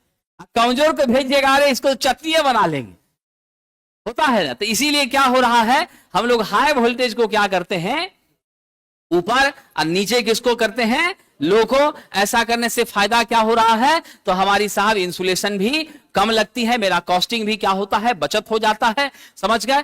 और जो हम लिंब के ऊपर वाइंडिंग लपेट रहे हैं वह क्या कर रहे हैं, एक के ऊपर लगातार लगातार लगातार, मतलब कैसी वाइंडिंग है आपकी, कॉन्सेंट्रिक वाइंडिंग है। कैसी वाइंडिंग है, कॉन्सेंट्रिक वाइंडिंग है। विद्वान साथियों याद रखिएगा, जो हमारी आपका कोर टाइप ट्रांसफार्मर वाइंडिंग होती है वो कॉन्सेंट्रिक वाइंडिंग होती है, सिलिंड्रिकल वाइंडिंग होती है, समझ गए। और दोनों लिंब का क्षेत्रफल क्या होना चाहिए, एक समान होना चाहिए, ताकि मेरी चुंबकीय मान में कोई परिवर्तन बिल्कुल भी ना हो। साथियों ये देख लीजिए, ये मेरा एल भी है और ये मेरा विद्यार्थी क्या है, एच भी है ना, लाल वाला एच भी, अब ब्लू वाला आपका एल भी। तब पहले क्या दिया है, लो वोल्टेज लपेटा है, और तब किसको लपेटा है, हाई वोल्टेज लपेटा है ना विद्यार्थी जी। नॉर्मली आप ध्यान रखिएगा, हमारा जो है कॉपर के इंसुलेशन की मात्रा भी क्या होगी, यहां पर कम हो जाएगी। हाई वोल्टेज और स्मॉल केवीए के लिए किसका यूज करते हैं, कोर टाइप का यूज करते हैं। और हम लोग ध्यान रखिएगा, यहां मैंने आपसे बताया था सरकार कौन सी वाइंडिंग यूज हो रही है कोर टाइप में, हमारा साहब कॉन्सेंट्रिक वाइंडिंग यूज हो रही है। लेकिन जब बात होगी सेल टाइप की तो वहां वाइंडिंग कौन होगी, इंटरलीव्ड वाइंडिंग होगी। क्या होगी साहब, सेल टाइप में सैंडविच वाइंडिंग होगी, इंटरलीव्ड वाइंडिंग होगी, हेलिकल वाइंडिंग होगी। इन सब का हम लोग प्रयोग करेंगे। सेल में मेरे कितने लिंब है नौजवान, 1 2 और 3, ये दोनों आउटर लिंब है, ये दोनों क्या है, आउटर लिंब है। और ये बीच वाला क्या है, सेंट्रल लिंब है। और हम क्या कर रहे हैं, सेंट्रल लिंब पर ही वाइंडिंग को लपेटने का काम कर रहे हैं। यहां देख लीजिए, ये दोनों लिंब क्या कर रहा है, मेरे फ्लक्स को सहारा प्रदान कर रहा है। मेरी जो मेन फ्लक्स है फाई कितने भागों में बट गई, 5/2, इधर भी 5/2, यानी यहां पर मेरे फ्लक्स को कितने रास्ते मिले, 2 रास्ते मिले। मेरा सेल टाइप कैसे मैग्नेटिक सर्किट का एग्जाम्पल है, यह साहब आपका पैरेलल मैग्नेटिक सर्किट का क्या है, पैरेलल मैग्नेटिक सर्किट का क्या है साहब, एग्जाम्पल है। यानी ऐसा कौन सा ट्रांसफार्मर है जो सिंगल फेज का ट्रांसफार्मर जिसमें फ्लक्स को 2 रास्ते मिलते हैं, आप सीधा जवाब दीजिएगा साहब, सेल है। कितना लिंब होता है, 3 लिंब होता है। किस लिंब पर वाइंडिंग करते हैं, सेंट्रल पर, बीच वाले पर। आपके वाइंडिंग को कोई दिक्कत है, दोनों तरफ से सुरक्षा कवच के रूप में क्या लगा हुआ है, मेरा आउटर लिंब लगा हुआ है। यानी इसमें लिंब ही, मेरा चुंबकीय कोर ही क्या करता है, मेरे वाइंडिंग को चारों ओर से घेर लेता है। और वहां वाइंडिंग ही मेरे कोर को घेर रही थी। मेरा वाइंडिंग यहां कम की ज्यादा, क्या है, यहां पर वाइंडिंग मेरी कम है और वहां वाइंडिंग आपकी क्या थी, ज्यादा थी साहब। तो ध्यान रखिएगा, सेंट्रल लिंब का फ्लक्स बाहरी लिंब के फ्लक्स का कितना गुना होता है, 2 गुना। तब ना 5/2 मिला के 5 हो गया। और बाहरी लिंब का फ्लक्स सेंट्रल लिंब का कितना होता है जी, आधा होता है। कितना होता है, आधा। यहां तुम देखा ना अभी, मेरा 5 2 भाग में बटा, तो इस दोनों का ही दुगुना हुआ, इसका ही दोनों आधा हुआ। यही ना समझाया जा रहा है। चलिए विद्यार्थी जी, अब यहां से हम लोग छोटी बात समझते हैं, इंसुलेशन कम कहां लगेगा, कोर में कि सेल में, बिल्कुल सही बात है, सेल में। उसके बाद साहब कॉपर कम कहां लगेगा, कोर में कि सेल में? डेफिनेटली हमारे सेल में होगा। क्या है यहां पे, कॉपर कम होगी। अब दो रास्ता जब दे दिए तो मुझे एक छोटी सी बात विद्वान साथियों आप बता दीजिए, मुझे यह आप लोग बता दीजिए कि हमारा जो सेल कोर टाइप का ट्रांसफार्मर है, लीकेज रिएक्टेंस उसमें ज्यादा होगा कि सेल में ज्यादा होगा? बिल्कुल सही जवाब है, सेल में लीकेज रिएक्टेंस का मान क्या होता है, कम, और कोर में क्या होती हैं, अधिक होती हैं। तो लीकेज फ्लक्स एवं अधिक सामर्थ्य किसमें मिल रही है, मेरे को सेल में। सेल में लीकेज फ्लक्स कम है और मेरा सामर्थ्य अधिक है, क्योंकि वहां पर तो वाइंडिंग लपेटा हुआ है, बाहरे में है, यहां बीच में वाइंडिंग है, दोनों तरफ हमने रास्ता बना दिया है चुंबकीय फ्लक्स को जाने का। तो भाई रास्ता से न जाएगा, उधर कहां भटकेगा? जब व्यवस्था दे दिए हैं आपको, मोटरसाइकिल का चाबी दे दिए, जाओ जी, तब तुम थोड़े पैदल जाएगा। अब उसको तो दिए ही नहीं है चाबी, उसको तो हवा में इधर उधर भटकना पड़ जाएगा। इसलिए वहां लीकेज फ्लक्स होगी, और लीकेज फ्लक्स होगा तो लीकेज रिएक्टेंस होगा, लीकेज फ्लक्स जीरो तो लीकेज रिएक्टेंस भी जीरो, नेचुरल सी बात है। अब आइए साहब, हमारा जो प्रयोग है, इसका प्रयोग लो वोल्टेज और लार्ज केवीए रेटिंग के ट्रांसफार्मर के लिए हम लोग करते हैं। तो जरा सा अंतर देख लेते हैं। एल आकृति के पटल का प्रयोग कहां होता है, लेमिनेशन का प्रयोग कहां होता है, कोर में। सेल में ई और आई का प्रयोग होता है, या डबल ई का होता है। कुंडली के दोनों ओर क्या होती हैं, भुजा होती हैं। कुंडली के दोनों ओर तो नहीं, लेकिन बीच वाली भुजा पर हम लोग क्या करते हैं साहब, निश्चित रूप से वाइंडिंग लपेटते हैं। चुंबकीय परिपथ को कितना रास्ता कोर में मिलता है, एक मिलता है। सेल में क्या मिलता है, दो रास्ते मिलते हैं। भुजाएं कितनी कोर की, दो, यहां पर कितनी, तीन। लिंब कितना होता है, तीन होता है साथियों, समझ गए। लॉस किसमें ज्यादा, मेरा नेचुरली आपके कोर में, किसमें कम, हमारा सेल में कम। क्षमता किसकी अधिक होती है, कोर की, किसकी कम होती है, आपके सेल की। लीकेज फ्लक्स किसमें कम होता है, आपके सेल में, किसमें ज्यादा होता है, आपके कोर में। चलिए साहब, इंटरलीव्ड और सैंडविच बाइंडिंग कहां पर, कोर में, सेल में, सेल में। इंटरलीव्ड और सैंडविच कहां पर, सेल में। और हम लोग कॉन्सेंट्रिक कहां यूज करते हैं, आपके कोर में। ज्यादा मरम्मत देखभाल कहां पर, आपको नेचुरली हमारे कोर में। कम मरम्मत और कम देखभाल कहां पर, सेल में। कोई कष्ट विद्यार्थी जी, कॉपर कहां ज्यादा खर्चा हो रहा है, कोर में। कहां पर, कोर में। सेल में कॉपर कम खर्च हो रहा है। Concept clear? चलिए साहब आगे बढ़ते हैं। आइए जरा सा देखिए, गर्मी भी लगने लगा है कि नहीं है, बिल्कुल। जब मन से पढ़िएगा तो मौसम भी आपका साथ देता है, टेंशन नहीं लेना है। विद्यार्थी जी थोड़ा सा क्या करिएगा,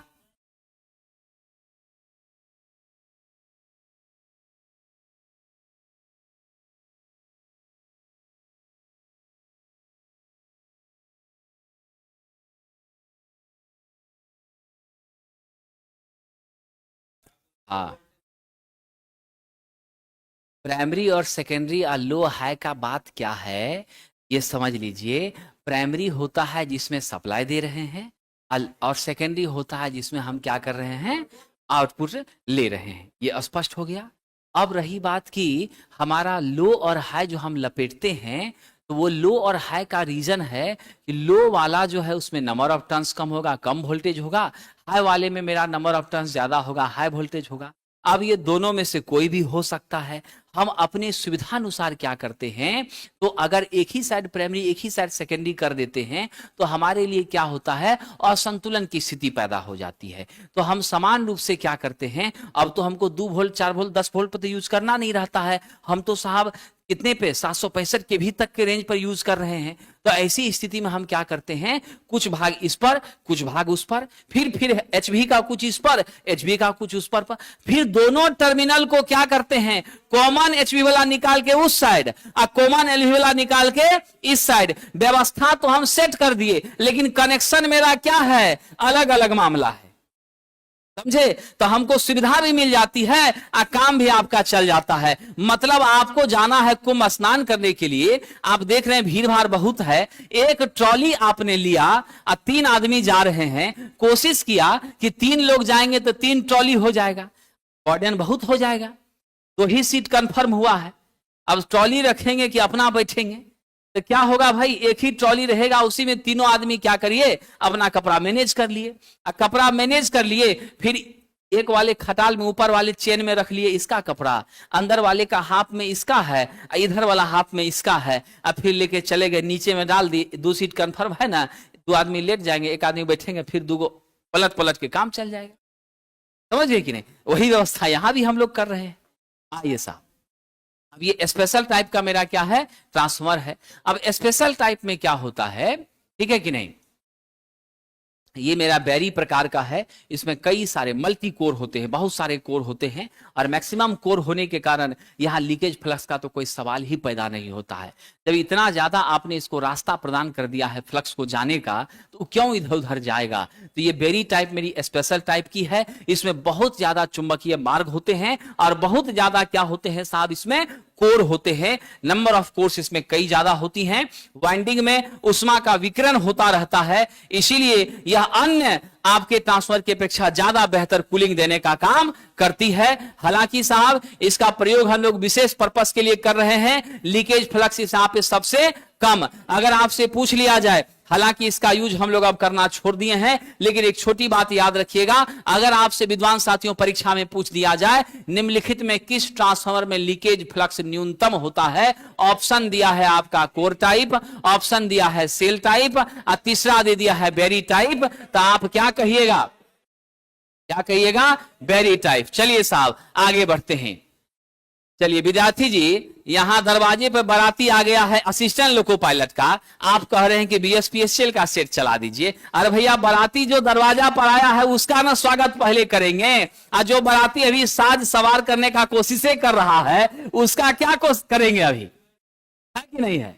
यहाँ बाजा बजना चालू हो गया है, बैंड पार्टी वाला डीजे वाला सब आवाज दे रहा है कि नहीं है, तब तो इस पर ना लगना है समझे कि नहीं। और अभी जो पढ़ाई हो रही है एमपी लाइनमैन में फायदा करेगा, जो पढ़ाई हो रही है एएलपी में फायदा कर रहा है, बीएसपीएसएल में फायदा कर रहा है। देश में किसी भी तरह की आईटीआई से स्तर की परीक्षा हो या जेई की परीक्षा हो, सब जगह यह फायदा करने वाला है, नेचुरल सी बात है। ऐसा है बिट्टू बाबू, बेरी का प्रयोग जो है अब हम लोग करना बंद कर दिए, अब उसका नेग्लिजिबल प्रयोग हो रहा है, ना के बराबर हो रहा है। चलिए साहब, संडे वगैरह तो हो ही रहा है, चिंता क्यों कर रहे हैं। असिस्टेंट लोको पायलट का भी जो ट्रेड का टेस्ट हो रहा है, जो कि आपका कल से नियमित होगा प्लेटफॉर्म बाय नवीन कुमार सिंह बाजार समिति सेंटर और किसान कोल्ड स्टोरेज सेंटर पर, तो यह जो नियमित रूप से चलेगा उसमें भी तो साहब 50% सेकेंड ईयर और 50% फर्स्ट ईयर है, यानी वहां से भी तो गारंटी 50% क्वेश्चन आपको फायदा पहुंचा रहा है सब परीक्षा में। एमपी लाइन वाले को 100%, एएलपी को 100% फायदा पहुंचा रहा है। तो चीजें जो आप पढ़ते हैं वह आपको लिखा हुआ नहीं है कि इसी जगह फायदा करेगा कि उसी जगह फायदा करेगा, हर जगह फायदा करेगा, समझे कि नहीं। ये बातें होती हैं। दोस्तों, हम पावर ट्रांसफर की चर्चा कर रहे हैं। पावर ट्रांसफर के नाम से ही पता चल रहा है, दिखने में भी भारी भरकम, साइज भी बड़ा होता है, केवीए रेटिंग भी इसकी काफी ज्यादा होती है, और साहब इसकी इफिशिएंसी हमें कहां ज्यादा मिलती है, फुल लोड भार पर। यहां से एक ही बात याद रखिएगा, पावर ट्रांसफार्मर की दक्षता कब हमें मैक्सिमम मिलती है, जब यह अपने निर्धारित लोड, फुल लोड का 75% या उससे अधिक लोड पर ट्रांसफार्मर रहती हैं तब। और ये पावर ट्रांसफार्मर हमेशा क्या रहती हैं, लोडेड ही रहती हैं, कंज्यूमर से इसका कनेक्शन बिल्कुल भी नहीं होता है। यह स्टेप अप भी करता है और स्टेप डाउन भी करता है, यानी 11 केवी को अगर आप बनाना चाहते हैं 765 केवी, तो उसके लिए किसका यूज होता है साहब, इसी का यूज होता है, इससे कोई शक नहीं है, यह ध्यान रखिएगा साहब। चलिए मेरे विद्वान मित्रों, बार बार यह प्रश्न आता है, और हमारी जो पावर ट्रांसफार्मर है वह 3 फेज कनेक्शन की होती है, या तो क्या होती है साहब, नॉर्मली यह होती है साहब, ध्यान रखिएगा, पावर ट्रांसफर की winding normally delta delta connection में होती है, और यहां पर आयरन लॉस हमारा क्या होता है, कॉपर लॉस के बराबर रखने का प्रयास होता है, 1:1 का रेशियो रखते हैं। मेरी इफिशिएंसी नवयुवक क्या होनी चाहिए, क्या होनी चाहिए, मैक्सिमम होनी चाहिए, यह हम हमेशा प्रयास रखते हैं। अगर पावर ट्रांसफर 3 फेज 3 वायर का है तो क्या होगा, डेल्टा डेल्टा होगा। कटारिया जी, अत्यंत महत्वपूर्ण सवाल यहां उठ गया, शक्ति ट्रांसफर की रेटिंग सदैव 500 केवीए से क्या होती है, कम। 500 केवीए से नीचे का रेटिंग है तो पावर ट्रांसफर कभी भी हो नहीं सकता है। जब भी होगा वो क्या होगा साहब?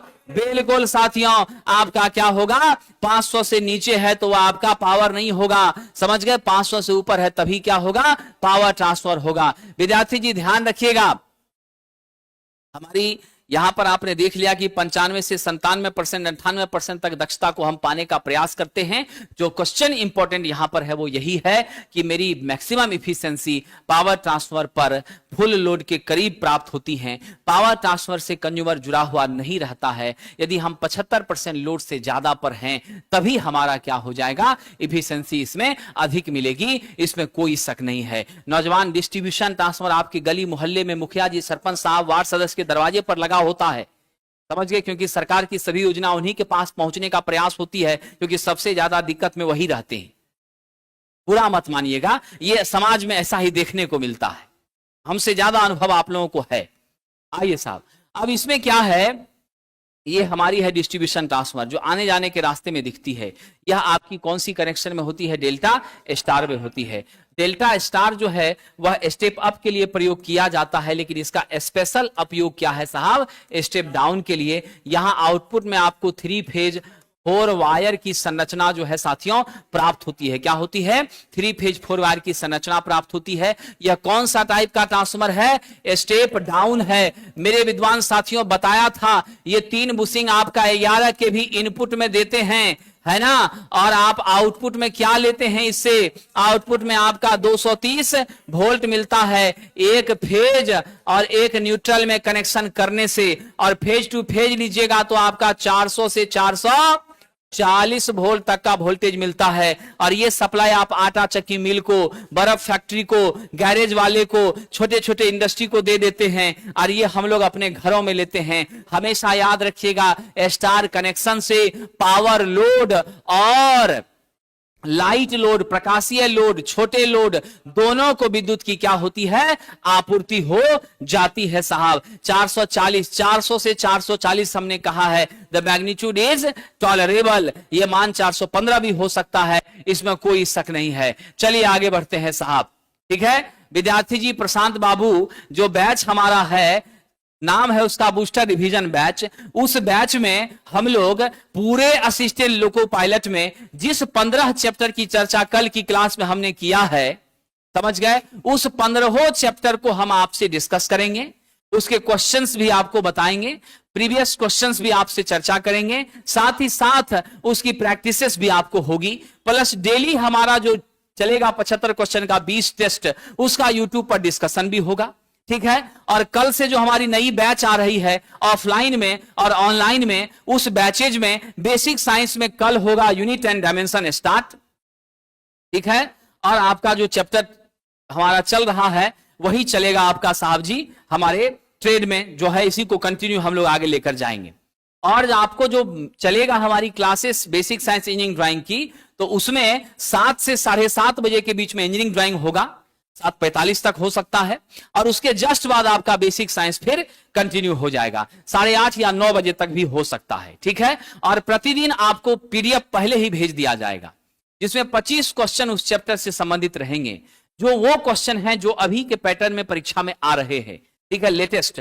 और आपको उस क्वेश्चन को क्लास करने के बाद घर पे बना लेना है, जहां भी फंसेंगे अगले दिन उस पर डिस्कशन हो जाएगा, ठीक है? और डेली बाय डेली इस प्रक्रिया को करते रहना है। आपकी क्लासेस सैटरडे संडे में भी कंटिन्यू रहेगी, रुकने वाली बिल्कुल भी नहीं है। इसीलिए सभी विद्यार्थी नियमित कक्षा का क्या करेंगे?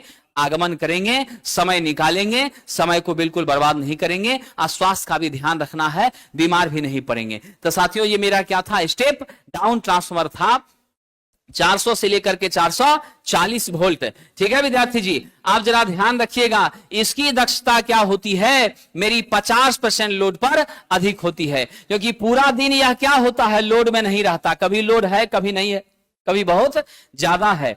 तो साथियों, हमारे फुल लोड पर इसकी क्षमता क्या होती है? दक्षता क्या होती है? कमजोर होती है। 50% लोड पर इसकी दक्षता अधिकतम होती है। और भी आप एक बात याद रख लीजिएगा जो अत्यंत महत्वपूर्ण है, वो ये है कि अगर हम डिस्ट्रीब्यूशन ट्रांसफार्मर की, साथियों डिस्ट्रीब्यूशन ट्रांसफार्मर की दक्षता को ज्ञात करने के लिए हम कौन सा यूज करते हैं formula? All day efficiency. All day efficiency के माध्यम से हम लोग परफॉर्मेंस किसका ज्ञात करते हैं? डिस्ट्रीब्यूशन ट्रांसफार्मर का। और कमर्शियल एफिशिएंसी से किसका ज्ञात करते हैं? पावर ट्रांसफार्मर का। किसका ज्ञात करते हैं? पावर ट्रांसफार्मर का। ठीक है, ये ध्यान रखिएगा साथियों। विद्यार्थी जी, हम सभी लोग जानते हैं मेरी इफिशियंसी किसी भी ट्रांसफार्मर में तब मैक्सिमम होगी जब मेरा पीआई के बराबर क्या हो जाएगा?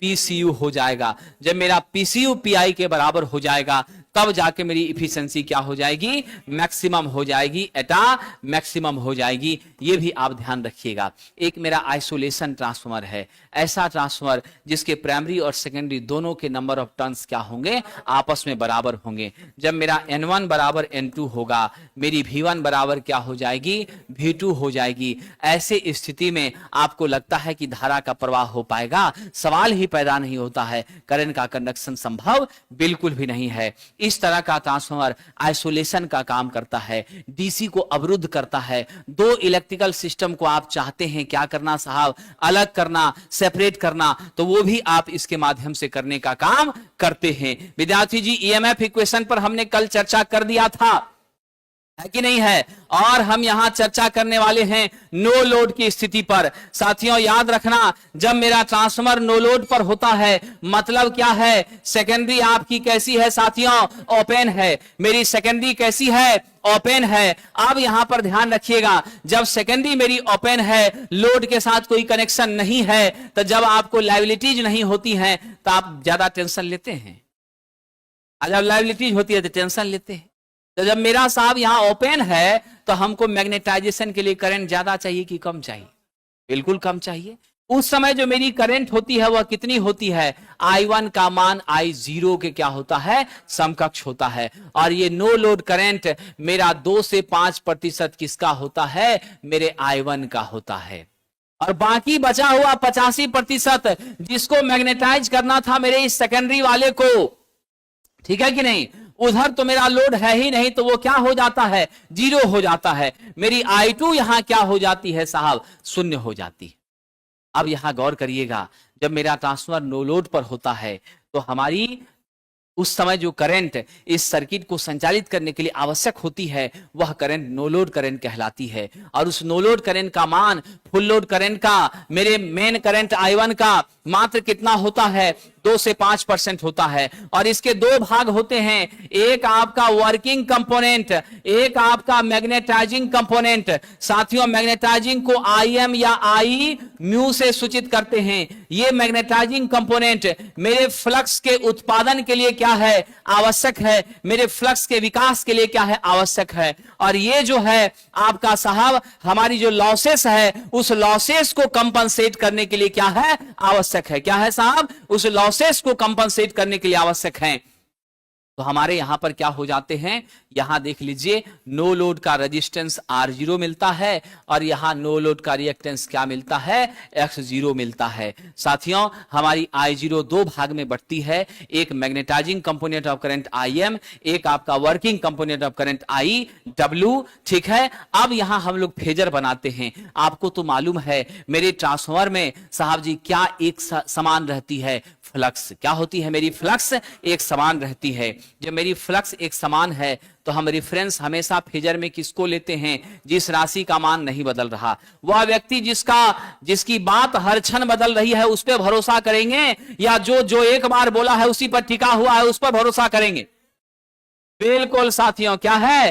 ध्यान रखिएगा, आपका हमारा क्या है? यहां पर फ्लक्स है। अब यहां गौर करिएगा गंभीरता पूर्वक, ये हमारी फ्लक्स को हमने रेफरेंस ले लिया, लेकिन साथियों इस फ्लक्स के साथ कौन सेम एक्सिस पर होगा? मैग्नेटाइजिंग कंपोनेंट ऑफ करंट क्या होगी? मेरी चुंबकीय धारा क्या होगी? सेम एक्सिस पर होगी। साथियों मेरा जो वर्किंग कंपोनेंट ऑफ करंट है मेरे सप्लाई वोल्टेज के साथ क्या होगा? सेम अक्ष पर होगा। और इस दोनों का जो रिजल्टेंट है वही आपका क्या देगा?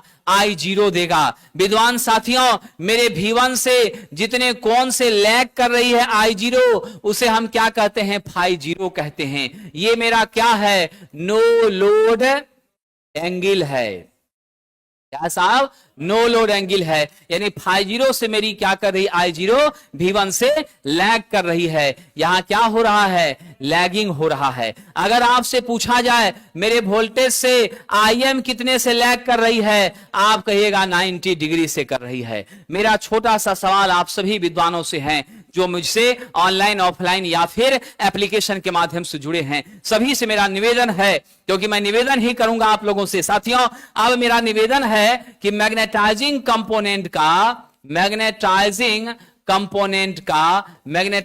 कंपोनेंट का पावर फैक्टर अगर पूछा जाए तो क्या होगा, बताइए। देख लीजिए साहब, 90 डिग्री है, मेरी पीएफ क्या होती है, cos 5 होती है। क्या होती है, cos 5 होती है। cos 5 होगा तो कितना मान हो जाएगा, जरा देख लीजिएगा सरकार। cos 90 बराबर कितना, 0। यानी हमेशा याद रखिएगा, अगर आपसे पूछ दिया जाए मेरे ट्रांसफार्मर में बहुत भी आई है विद्यार्थी, यहीं पर आपका टकराहट होगा, यहीं आप कंफ्यूज करेंगे। अगर पूछ दिया जाए मैग्नेटाइजिंग कंपोनेंट का, मैग्नेटाइजिंग सिस्टम का मेरा पावर फैक्टर कितना होता है, कहिएगा 0 होता है, क्योंकि मैग्नेटाइजिंग करंट मेरे वोल्टेज से कितने से लैग कर रही है, 90 से लैग कर रही है। लेकिन अगर यहीं पर पूछ दिया जाए नो लोड पर पावर फैक्टर कितना होता है, तो मेरा बताइए, ये 90 का है और यहां से यहां 90 से तो कम है। कितना है साहब, 70 से 75 है। नॉर्मली याद रखिएगा, मेरी जो φ0 होती हैं उसका मान 70 से 75 होता है नॉर्मली। अब ये 70 से 75 ये डिपेंड करता है लोड के स्वभाव पर, थोड़ा बहुत आगे पीछे होता है। और जो 70 से 75 होता है, यहां इतने विद्वान बैठे हैं, जरा बताइएगा cos 70 डिग्री का कितना मान होता है। चलिए साहब, cos 70 का मान लगभग कितना होता है, 0.25 कि 0.3 कितना होता है, बताइए साहब। 7.5 तक चला गया, कितना हो रहा है cos 70 का मान, बताइए।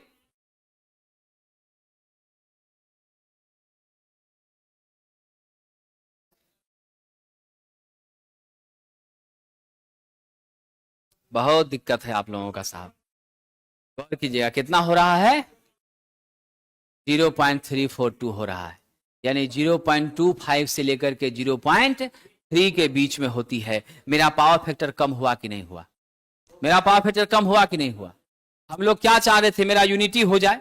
मैग्नेटाइजिंग में तो 0 हो रहा है, नो लोड पर आपका 0.25 से लेकर 0.3 के बीच हो रहा है, बहुत ज्यादा कम है। तो नो लोड पर मेरी पावर फैक्टर का मान क्या हो जाता है, बहुत ही कम हो जाता है। अब यहां से देखिए साहब, इस फेजर से क्या क्या रिलेशन आपको निकल जाएगा।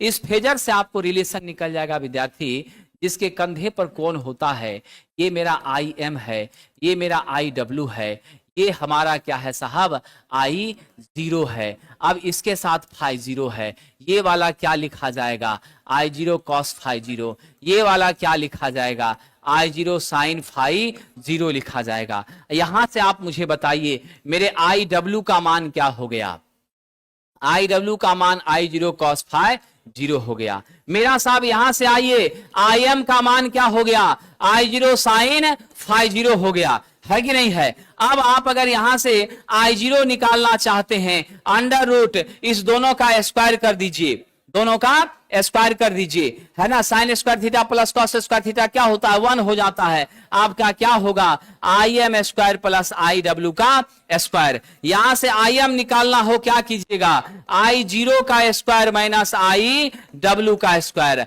IW निकालना हो, क्या कीजिएगा, I0 स्क्वायर माइनस IM का स्क्वायर। इस तरीके से आप निकाल सकते हैं कि नहीं निकाल सकते। विद्यार्थी जी ध्यान दीजिएगा, अगर मेरे पास नो लोड का पावर फैक्टर मालूम है और मुझे नो लोड की करंट मालूम है, वर्किंग कंपोनेंट निकल जाएगी कि नहीं निकल जाएगी। अगर मेरे पास साइन φ0 और I0 मालूम है, निकल जाएगा कि नहीं निकल जाएगा साहब। अगर IM IW मालूम है तो I0 निकल जाएगा कि नहीं इस फॉर्मूला से। अगर हमारा IM मालूम है, IM निकालना हो, I0 और IW हो तो इसमें माइनस करके निकल जाएगा कि नहीं निकल जाएगा। IW निकालना हो तो under root I0 square minus IM का स्क्वायर निकल जाएगा कि नहीं निकल जाएगा। इस तरीके से आप इसको सिंप्लीफाई कर सकते हैं। लेकिन अब एक छोटी चीज और यहां पर समझ लीजिए, अभी आपने क्या देखा था साहब, यहां मेरा क्या था, ये हमारी क्या है साहब, इस तरफ अगर हम मान लें मेरी I0, मेरी IW जा रही है, यहां R0 है, इधर मेरा IM जा रहा है, यहां मेरा X0 है, ये मेरी क्या है साहब I0 है, और इसके सापेक्ष जो आपने वोल्टेज सप्लाई किया वो क्या है मेरा V1 है। मैं आप लोगों से जानना चाहता हूं, मुझे आप बताइए R0 का मान क्या होगा, सभी लोग बताइए R0 का मान क्या होगा। अरे विद्यार्थी, R0 का मान क्या होगा, करंट कौन सी जा रही है, V बाय R होता है ना जी। मेरा V क्या है, पैरेलल में वोल्टेज सबके समान होता है, पैरेलल में वोल्टेज सबके समान होता है तो क्या लिखेंगे, V1 लिखेंगे। अब मेरा करंट कौन सा जा रहा है, IW, V1 बटा IW क्या होगा, R0 होगा। स्वाभाविक सी बात है। हम X0 की बात करेंगे, मेरा वोल्टेज कितना है, V1, कौन सी करंट जा रही है इससे, IM जा रही है। कोई कष्ट विद्यार्थी जी, इस तरीके से बड़े आराम से क्या करेंगे, इसका वैल्यू हमें प्राप्त हो जाए। अब आपसे अगर पूछ लिया जाए नो लोड की परिस्थिति में मेरा इनपुट पावर क्या है, नो लोड की परिस्थिति में जो इनपुट पावर है W0 से सूचित करते हैं, क्या इनपुट दिए थे, V1 दिए थे, करंट कौन सा था, I0 था, आपका क्या हो जाएगा, cos phi 0 हो जाएगा। और अब जो नो लोड की स्थिति में मेरा इनपुट पावर होता है किसके बराबर होता है, आयरन लॉस के समान होता है। क्या होता है, आयरन लॉस के समान होता है। यानी हमारी नो लोड पर जो इनपुट पावर है वही किसके बराबर होती है, आयरन लॉस के साहब समान होती है। यह भी चीज याद रखिएगा। तो क्या क्या बातें आपने समझी, नो लोड पर जब मेरा ट्रांसफर होता है तो ऐसी परिस्थिति में साथियों आपका हमेशा याद रखिएगा मेरा सेकेंडरी ओपन होता है, सेकेंडरी ओपन होता है, सेकेंडरी से जाने वाली करंट का मान 0 होता है। हमारे नो लोड की करंट का मान मुख्य करंट I1 मुख्य धारा से 2 से 5% होता है। उसके दो कंपोनेंट होते हैं, एक वर्किंग कंपोनेंट IW और एक मैग्नेटाइजिंग कंपोनेंट IM। मैग्नेटाइजिंग जो होता है वह किस बात के लिए रिस्पॉन्सिबल होता है, मैग्नेटाइजिंग हमें फ्लक्स को उत्पन्न करने के लिए रिस्पॉन्सिबल होता है। और मेरी साहब याद रखिएगा जो एक्टिव कंपोनेंट है लॉस को एडजस्ट करने के लिए रिस्पॉन्सिबल होती है। मेरे I0 का मान अभी आपने क्या देखा, I0 का मान कितना होता है, IM का स्क्वायर प्लस IW का स्क्वायर होता है। IM बराबर क्या होता है, I0 साइन phi 0 होता है। IW बराबर क्या होता है, I0 cos phi 0 होता है। अगर हमारे पास इस सूत्र का प्रयोग करें तो जरा बताइए, IM बराबर लिख दीजिएगा I0 का स्क्वायर माइनस IW का स्क्वायर। अगर इस सूत्र के हिसाब से लिखना हो तो लिख दीजिएगा I0 का स्क्वायर माइनस I। कोई कष्ट विद्यार्थी जी, है ना। अब यहां से हम इस सूत्र से आपको पूछे, बताइए नो लोड पावर फैक्टर, क्या पूछे आपसे, no load power factor cos phi 0, क्या बोलिएगा, W0 बटा V1 I0। कोई कष्ट विद्यार्थी जी। और क्या देखा आपने, नो लोड का जो इनपुट पावर होता है वह आयरन लॉस की क्या होती है, बराबर होती। नो लोड का जो इनपुट पावर है वह आयरन लॉस की क्या होती है, बराबर। सब क्लियर विद्यार्थी जी। चलिए एकदम इसको नोट कर लीजिए, फोटो ले लीजिए, जो भी उपयुक्त लगता है ले लीजिए। विकास जी का कहना है सर ऑफलाइन टेस्ट देना है, लोकेशन बताइए। बहुत अच्छा सवाल आपका है। ऑफलाइन टेस्ट देना है तो आप आ जाइए platform by Naveen Kumar Singh, platform by Naveen Kumar Singh संस्थान, नवीन कुमार सिंह संस्थान, बाजार समिति रेनबो बिल्डिंग। कौन सा साहब, रेनबो बिल्डिंग आ जाइए, रेनबो बिल्डिंग यहां आ जाइए। यहां पर ये फैसिलिटी मिलेगी।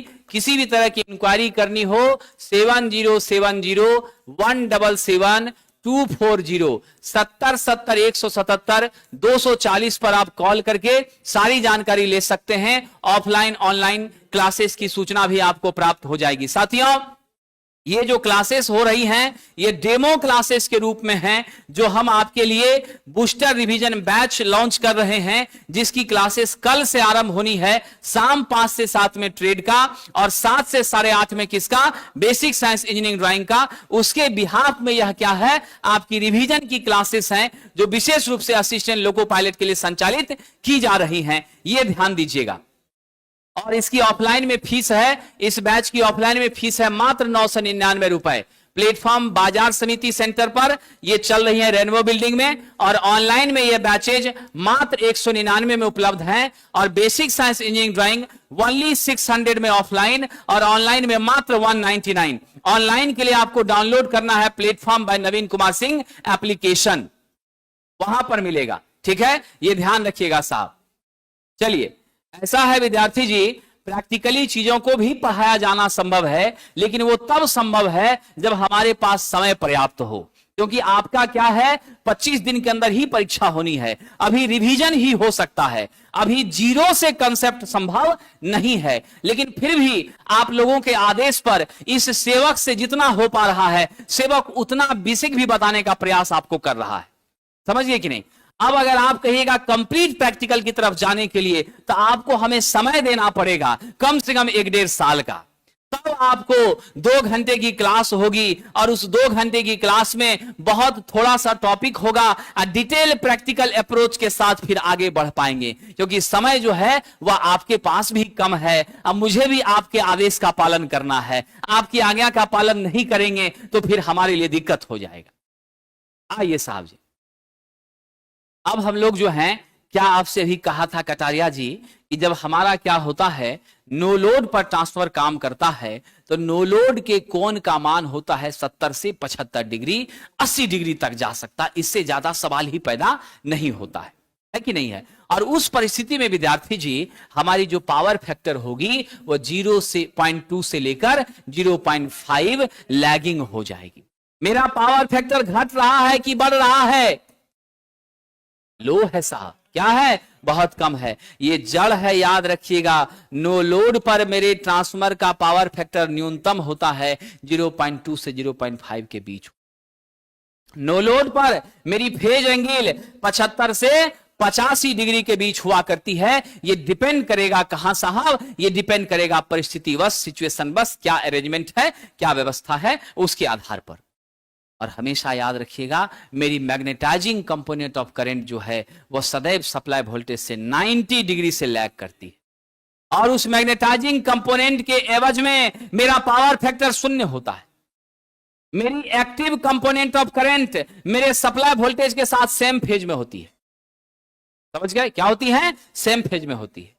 लेकिन मेरी नो लोड की करंट मेरे सप्लाई वोल्टेज से 70 से 75 डिग्री, 85 डिग्री के रेंज में लैग करती है।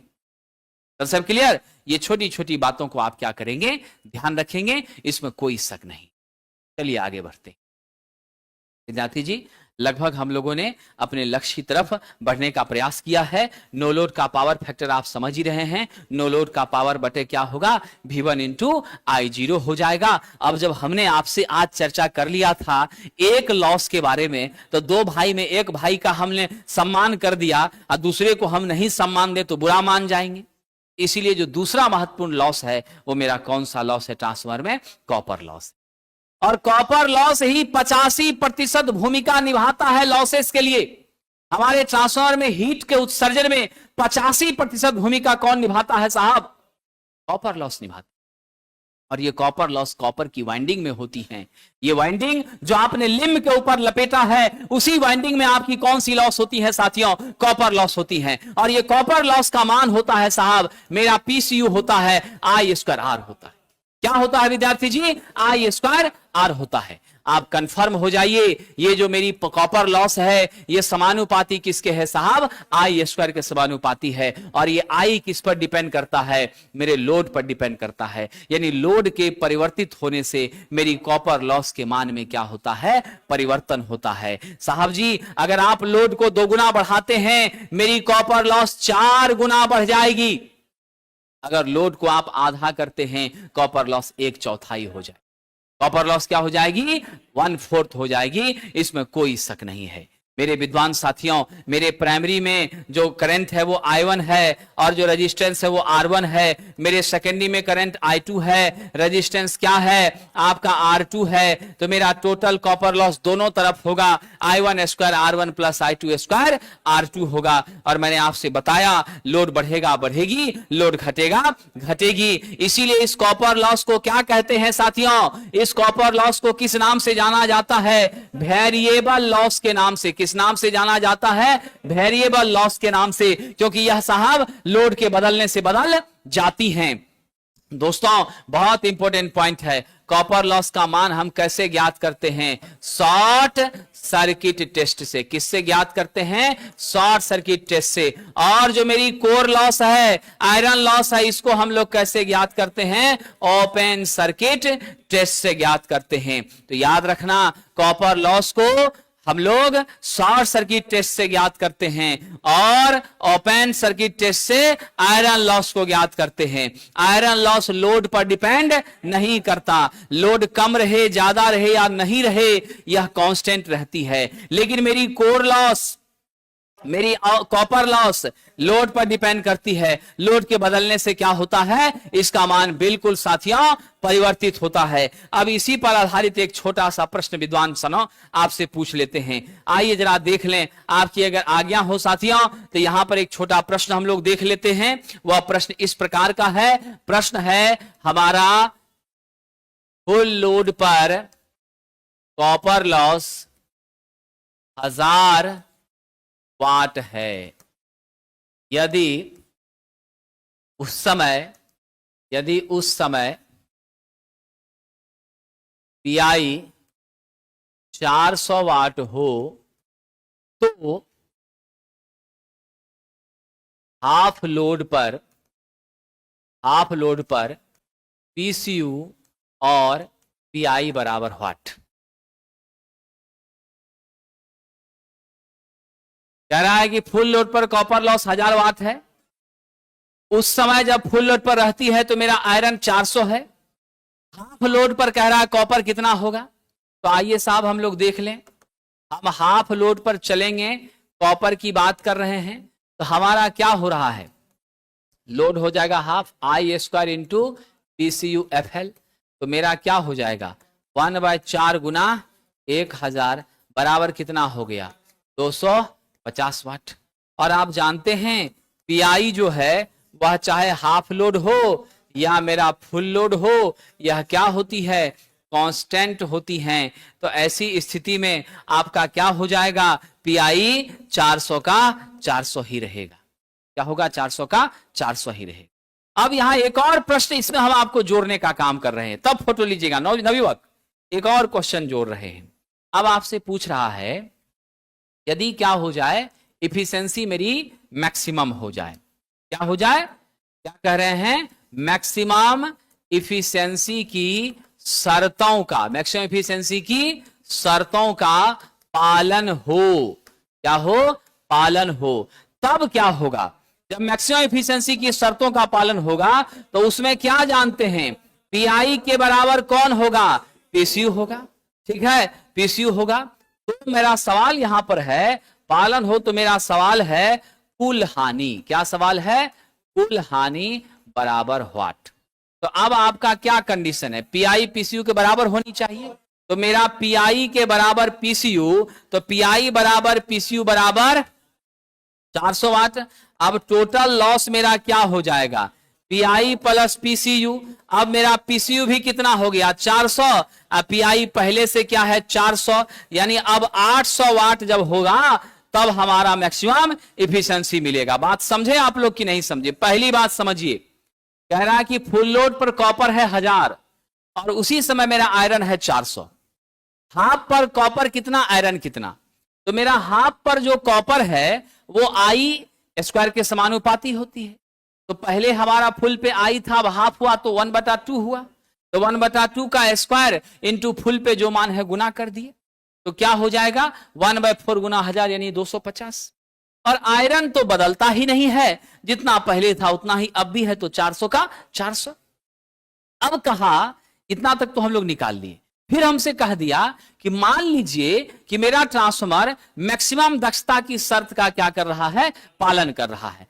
अब ऐसी स्थिति में मेरी लॉस क्या हो जाएगी, तो आयरन के बराबर कॉपर होगी। कॉपर के बराबर आयरन कभी नहीं, क्योंकि कॉपर ज्यादा है, आयरन कम है। लॉस कम कीजिएगा तब इफिशिएंसी होगा, इसलिए आयरन के बराबर कॉपर को करना है। मेरा आयरन 400 ही है, ये 1000 था, उसको घटा के कितने के बराबर, 400 के बराबर, तब जाके मेरा क्या होगा, मैक्सिमम इफिशिएंसी। और फिर आपकी क्या होगी, 400 प्लस 400 बराबर 800। तो उस समय मैक्सिमम एफिशिएंसी की कंडीशन पर मेरा जो है मान कितना हो जाएगा, 800 वाट हो जाएगा। ठीक है साथियों। साथ ही साथ अभी हमने कहा था आपसे KH के बारे में, और आपको मैंने बताया था कि मेरी हिस्टेरेसिस जो लॉस है वह आपकी तब कम होती है जब आप अच्छी गुणवत्ता के चुंबकीय पदार्थ का प्रयोग करते हैं। ठीक है। और उस अच्छी गुणवत्ता के चुंबकीय पदार्थ का हिस्टेरेसिस कॉफिशिएंट क्या होना चाहिए, न्यूनतम होनी चाहिए, कम होनी चाहिए।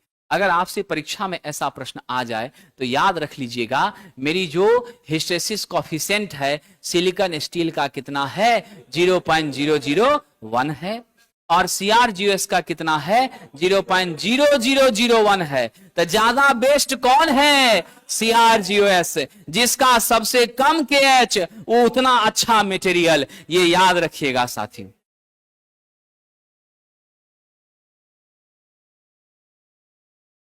तो विद्यार्थी जी, हम लोग लगभग जो काफी महत्वपूर्ण चीजें हैं उन सभी पर हम लोगों ने कल और आज में चर्चा कर लिया है ऑलमोस्ट।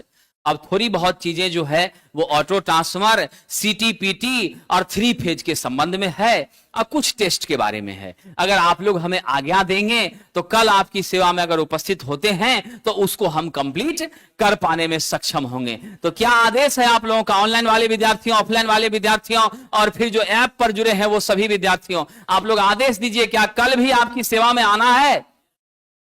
चलिए, तो ये हमारी डेमो क्लासेस थी, और ये क्लासेस हमारे नए बैचेज के कारण उपलक्ष्य में, जैसा डायरेक्टर साहब ने कहा था उसके बिहाफ में दी गई थी। और हम आपके बीच अब लगातार आएंगे 75 क्वेश्चन के डिस्कशन के साथ यूट्यूब पर, प्रतिदिन सुबह में 9:30-10 के आसपास आएंगे। उसकी टाइमिंग फिक्स हो रही है, आपको बता दी जाएगी। प्रतिदिन टेस्ट भी चलेगा। 100 क्वेश्चन का basic science, engineering, drawing, reasoning, math का भी टेस्ट आपका आरंभ हो रहा है प्रतिदिन। उसका भी बेसिक साइंस और इंजीनियरिंग, ड्राइंग का क्या करेंगे, डिस्कशन हम आपके बीच लेकर आ रहे हैं। और हमने आपको बता दिया है, जरा बुक के बारे में फिर से बता देते हैं विद्यार्थी जी। आपको जो बुक लेना है अंतिम समय में तैयारी करने के लिए, वो मैं आपको दिखा दे रहा हूं। आपको ट्रेड के लिए इलेक्ट्रीशियन के बच्चों को इलेक्ट्रिकल ग्रुप का ये बुक लेना है, वायरमैन को भी यही लेना है, इंस्ट्रूमेंट मैकेनिक को भी यही लेना है, रुक्मिणी प्रकाशन की। इसी बुक से थ्योरी हम कवर कर रहे हैं, और आपको PDF वगैरह प्रिंट कराने की जरूरत नहीं है। बुक लीजिए और इसके माध्यम से हमारी मदद से पढ़ाई करिए, बिल्कुल आपको सफलता मिलेगी। और बेसिक साइंस, इंजीनियरिंग, ड्राइंग में इस बुक को फॉलो करना है। मार्केट में ये बुक उपलब्ध है और इसमें काफी कंटेंट दिया है, इससे बाहर कुछ भी परीक्षा में जाने की संभावना नहीं है। और जो एक्स्ट्रा होगी वो भी हम आपको बता ही देंगे। और अनवरत कंटिन्यू मेहनत करना है, हिम्मत नहीं हारना है, समझ गए? जीतौर मेहनत करिए। और आपको मैं बता दूं कि कल से हमारी बैचेज बाजार समिति सेंटर पर शाम 5 से 7 में ट्रेड, और शाम 7:30 से 8:30 के बीच में basic science, engineering, drawing start हो रही हैं। तो आप सब लोग उससे जुड़ सकते हैं। विशेष किसी भी इंक्वायरी के लिए आप हमारे सेंटर के मोबाइल नंबर से संपर्क कर सकते हैं, 7070177240। और ये सभी बैचेज ऑनलाइन में भी platform by Naveen Kumar Singh application पर बूस्टर रिवीजन बैच मात्र 199 रुपए में उपलब्ध है। ये रिवीजन की क्लासेस है आपके परीक्षा में आपको मदद करने के लिए। बहुत बहुत धन्यवाद। आपका भविष्य उज्जवल हो, आप सब लोग सफल हो, इसी कामना के साथ आज आपसे विदा लेता हूं। कल फिर आपकी सेवा उपस्थित होऊंगा। बहुत बहुत धन्यवाद।